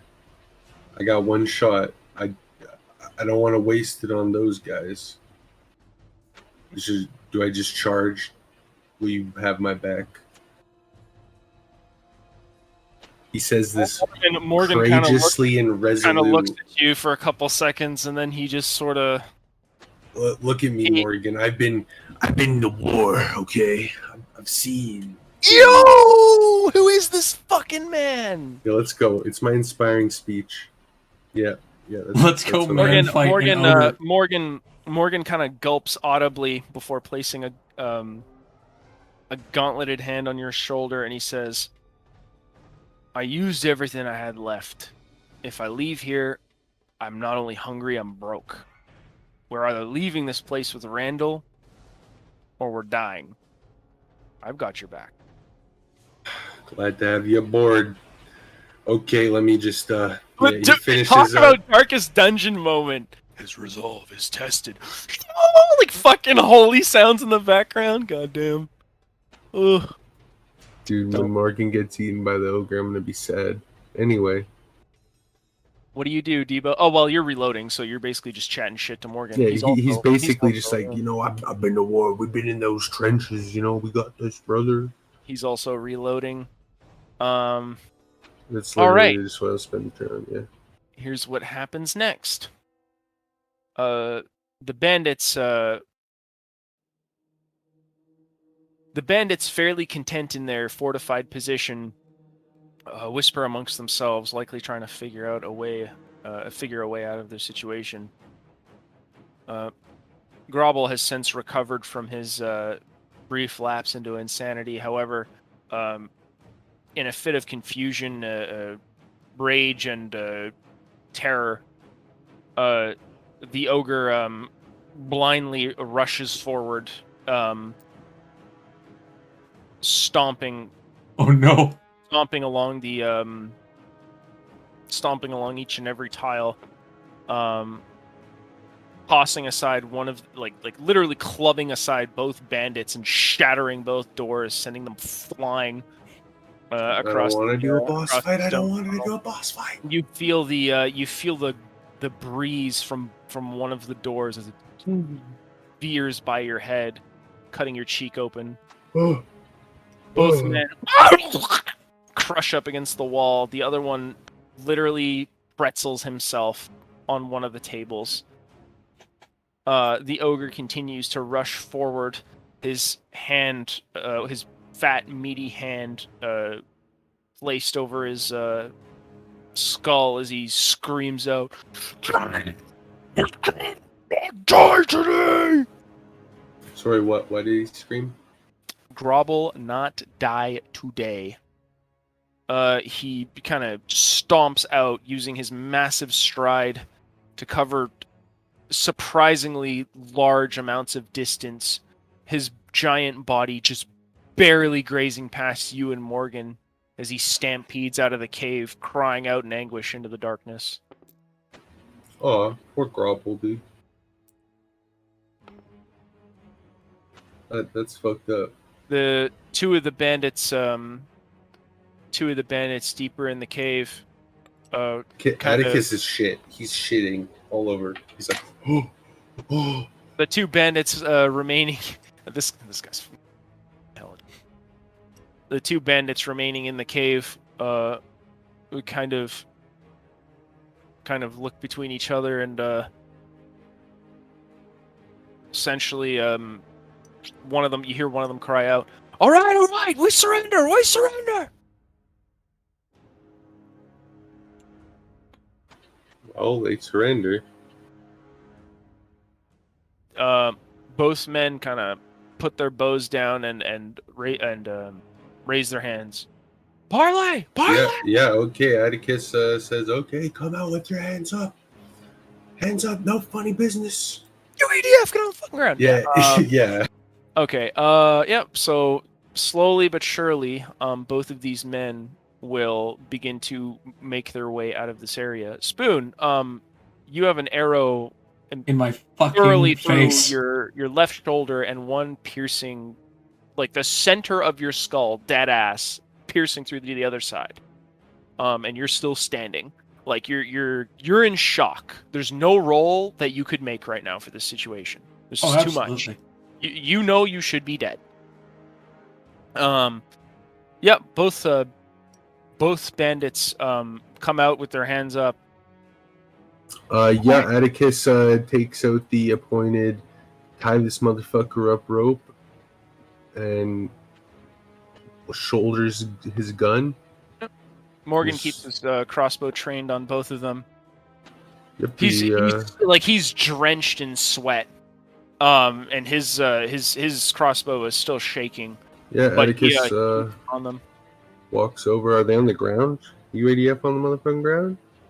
Well, I mean, they have their hands up. Okay, Atticus says, get on the fucking ground. All right. They both get on their knees and they keep their hands up. Yep, he kicks one over towards the other one and fucking tries to tie them both up together. Yep. You have cordage, don't you? Cordage and the super good rope from my Sure. good friend. Yeah. Okay. You have excellent rope and cordage. It's safe to say that you can tie them up very securely. What skill? Morgan kind of looks at you. I'll watch these two. Go see if Randall's alive. Yeah, he nods, and I just want to roll for rope work, I guess. Fuck. Sure. Give me a fucking chunky roll. Hold on real quick, Debo. I need to piss real quick. Yeah, sure. There you go, Spoon. This is the roll. Witness. Fuck. Bug. I suppose I'll pause the recording right here. Oh wait, no, I have cordage. It doesn't even fucking matter. Never mind. Welcome back. Thanks. Yeah. No, I mean, even if you don't get the best check, it's safe to assume that like Morgan will double check it. Make sure it's done properly if you fuck up somehow. But he's gonna watch these two. Do you wish to go and look for Randall? Yeah, he nods, assuming Morgan fucking got it from here, and then he goes and looks for Randall. All right. Yeah. You head in. Do you call his name? What do you do? He walks in, looks around the fucking destruction, just like, yes, whoa, no. But seriously, he just fucking calls for Randall. It's like, yeah, Randall. Looks at this guy, the guy that he shot, and he's like, His brain scattered all over the. He like flinches a little bit. Yeah, it was a good shot. You see Like, skull fragments, brain tissue, just all over the nearby table, chairs, on some of the chicken. yeah, he doesn't want to get too close to that guy right now, so we fucking walk over here. Oh, right. Randall! You hear a voice calling your name. It's familiar. It's Atticus. My character starts walking out slowly from this small shit-smelling fucking hovel that he's been stewed in. You see Debo, a figure kind of creeps out from the shadowy entrance of a nearby enclosure, one which the door has been completely dismantled before you had gotten here, likely by the ogre, if you guess. And indeed, Randall comes out. You think, He has an arrow embedded in his leftmost shoulder through to the other side, and more importantly, another arrow. And unless this is some sort of hallucination, it is through the center of his skull and has pierced through to the other side. And yeah, he walks among you. Oh, it goes through the other side. God damn. Yes, yeah, completely through. It was an excellent. So I have to kill him because I like the Almighty, right? Who knows? You haven't been particularly religious in this playthrough, so You're not Understandable. sure if this is a okay. mutation. This is certainly something outside of the norm. Okay, Atticus looks at it with like a fucking the Rock. You know the eyebrow move the Rock does? people's He's- eyebrow, yeah. He does the people's eyebrow. And he's like, the fuck? He just walks over.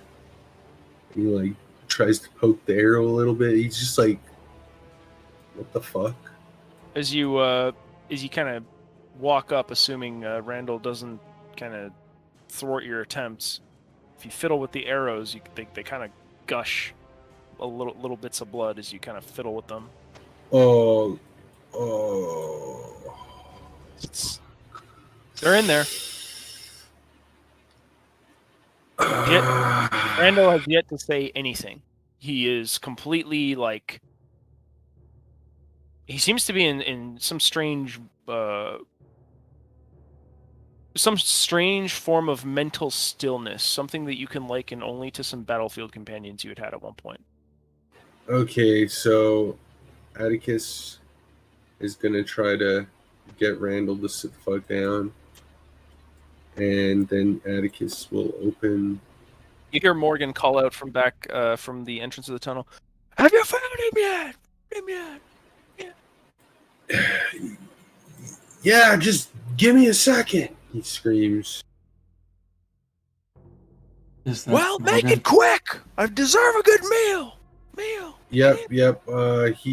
Atticus is gonna try. Fuck, do I have first aid? Did you say something, Spoon? I said, is that Morgan?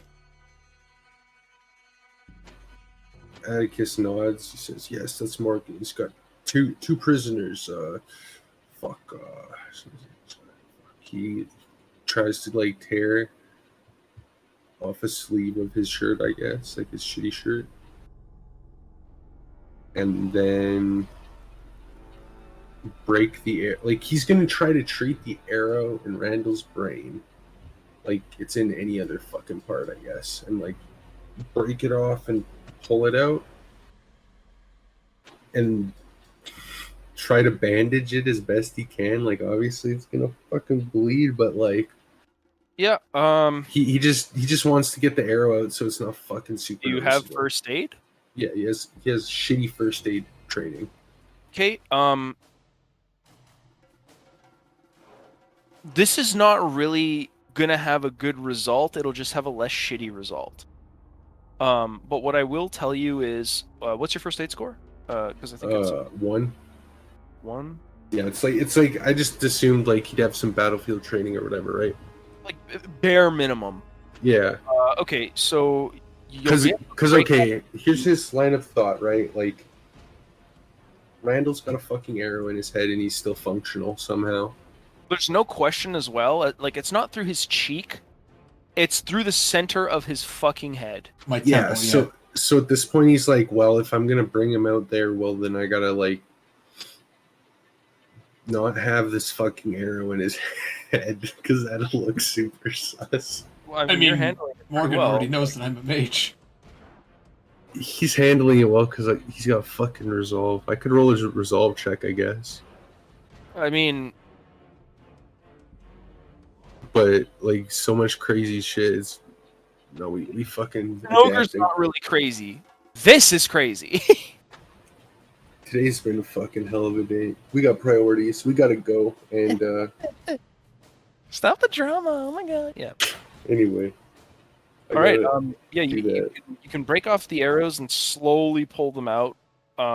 Like break off the ends and then pull out one of the parts and kind of bandage up Randall as best you can. Yeah, I'm gonna good. try to do that as best I Mhm. can, assuming he Yeah, allows me. explain kind of if Randall's doing anything? Is he saying anything? Is he soiling himself? Like, just so we have some detail. Well, I can't imagine this is how Morgan wanted this to go. Have we found any of our shit?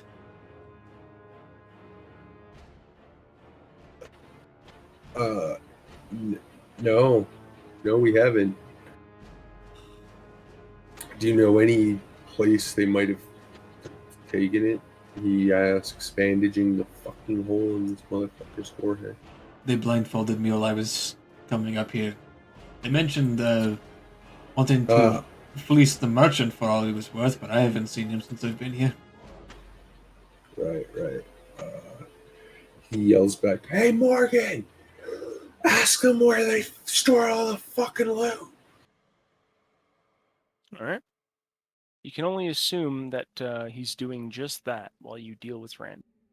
Yep, and once I bandage up Randall, assuming he's functional, Somehow he is, or at least he seems to be. he points to Randall's shoulder in the other arrow and says, "You probably take care of that better than me. Gotta find the merchant." Yeah. He's freaked out a little bit. Yeah. I guess I'll roll medicine if you want, Brian. To minimize the shittiness of whatever this is. All you can do is make this not look as bad as it does. Fair. These are the kinds of... That wound is... If anybody who knows what they're doing ever saw that, that would be a fucking problem. Like, if I'd imagine so. I meant the one in, like, my lung. What's... the one that is improbable that you survive at all, ever. If anybody got you in a situation where they saw that,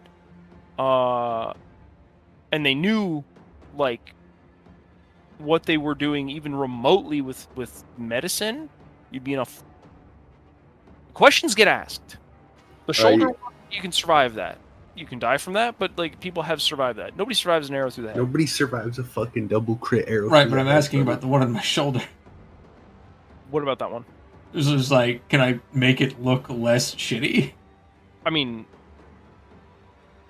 you can make both of those look less severe, if that's your question. So can I, like, take the arrow out somehow then? Well, Debo's already doing that. I thought he was leaving that to me. Oh yeah, I'm leaving the shoulder one to him. Okay. Yeah, If you're gonna leave that to because Atticus is A, freaked out, B, short on time, and C, looking for the merchant. yeah, that's yeah. You're freaked out. You've helped him with one. If you're leaving that one to him, then I'm assuming you're gonna just start scouring your Yeah, it's looting time, boys.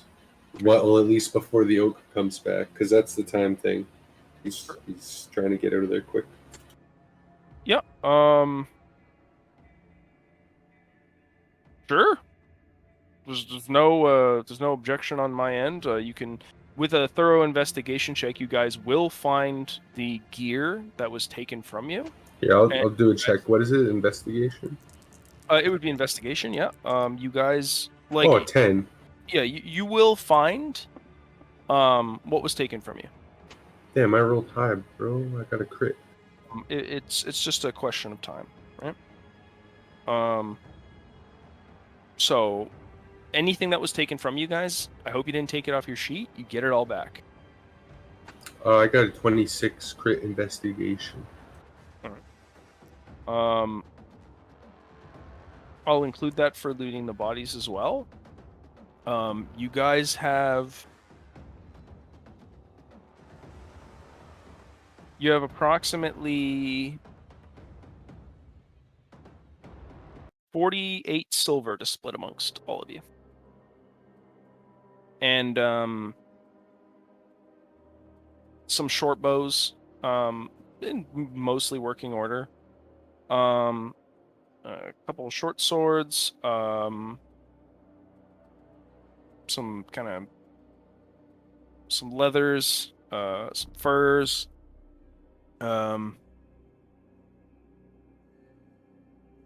We'll next session we'll get the contents of the cave in order. What's the most important right now is you guys get your gear back. You're Well, I could cover that shoulder wound with the brigandine. Yeah, this session is over at the moment, but the experience won't be given until the end of the next game. So we'll hold this for now, and when we finish it, then you'll get your experience in a lump sum. All right. So yeah, that is the conclusion of that particular adventure. At least that first part of it. But I suppose there's one remaining question. Well, I'm glad there's only one. Who's carrying the wagon wheels? Fuck. Well, you guys Fuck. will sort that next game. Sure.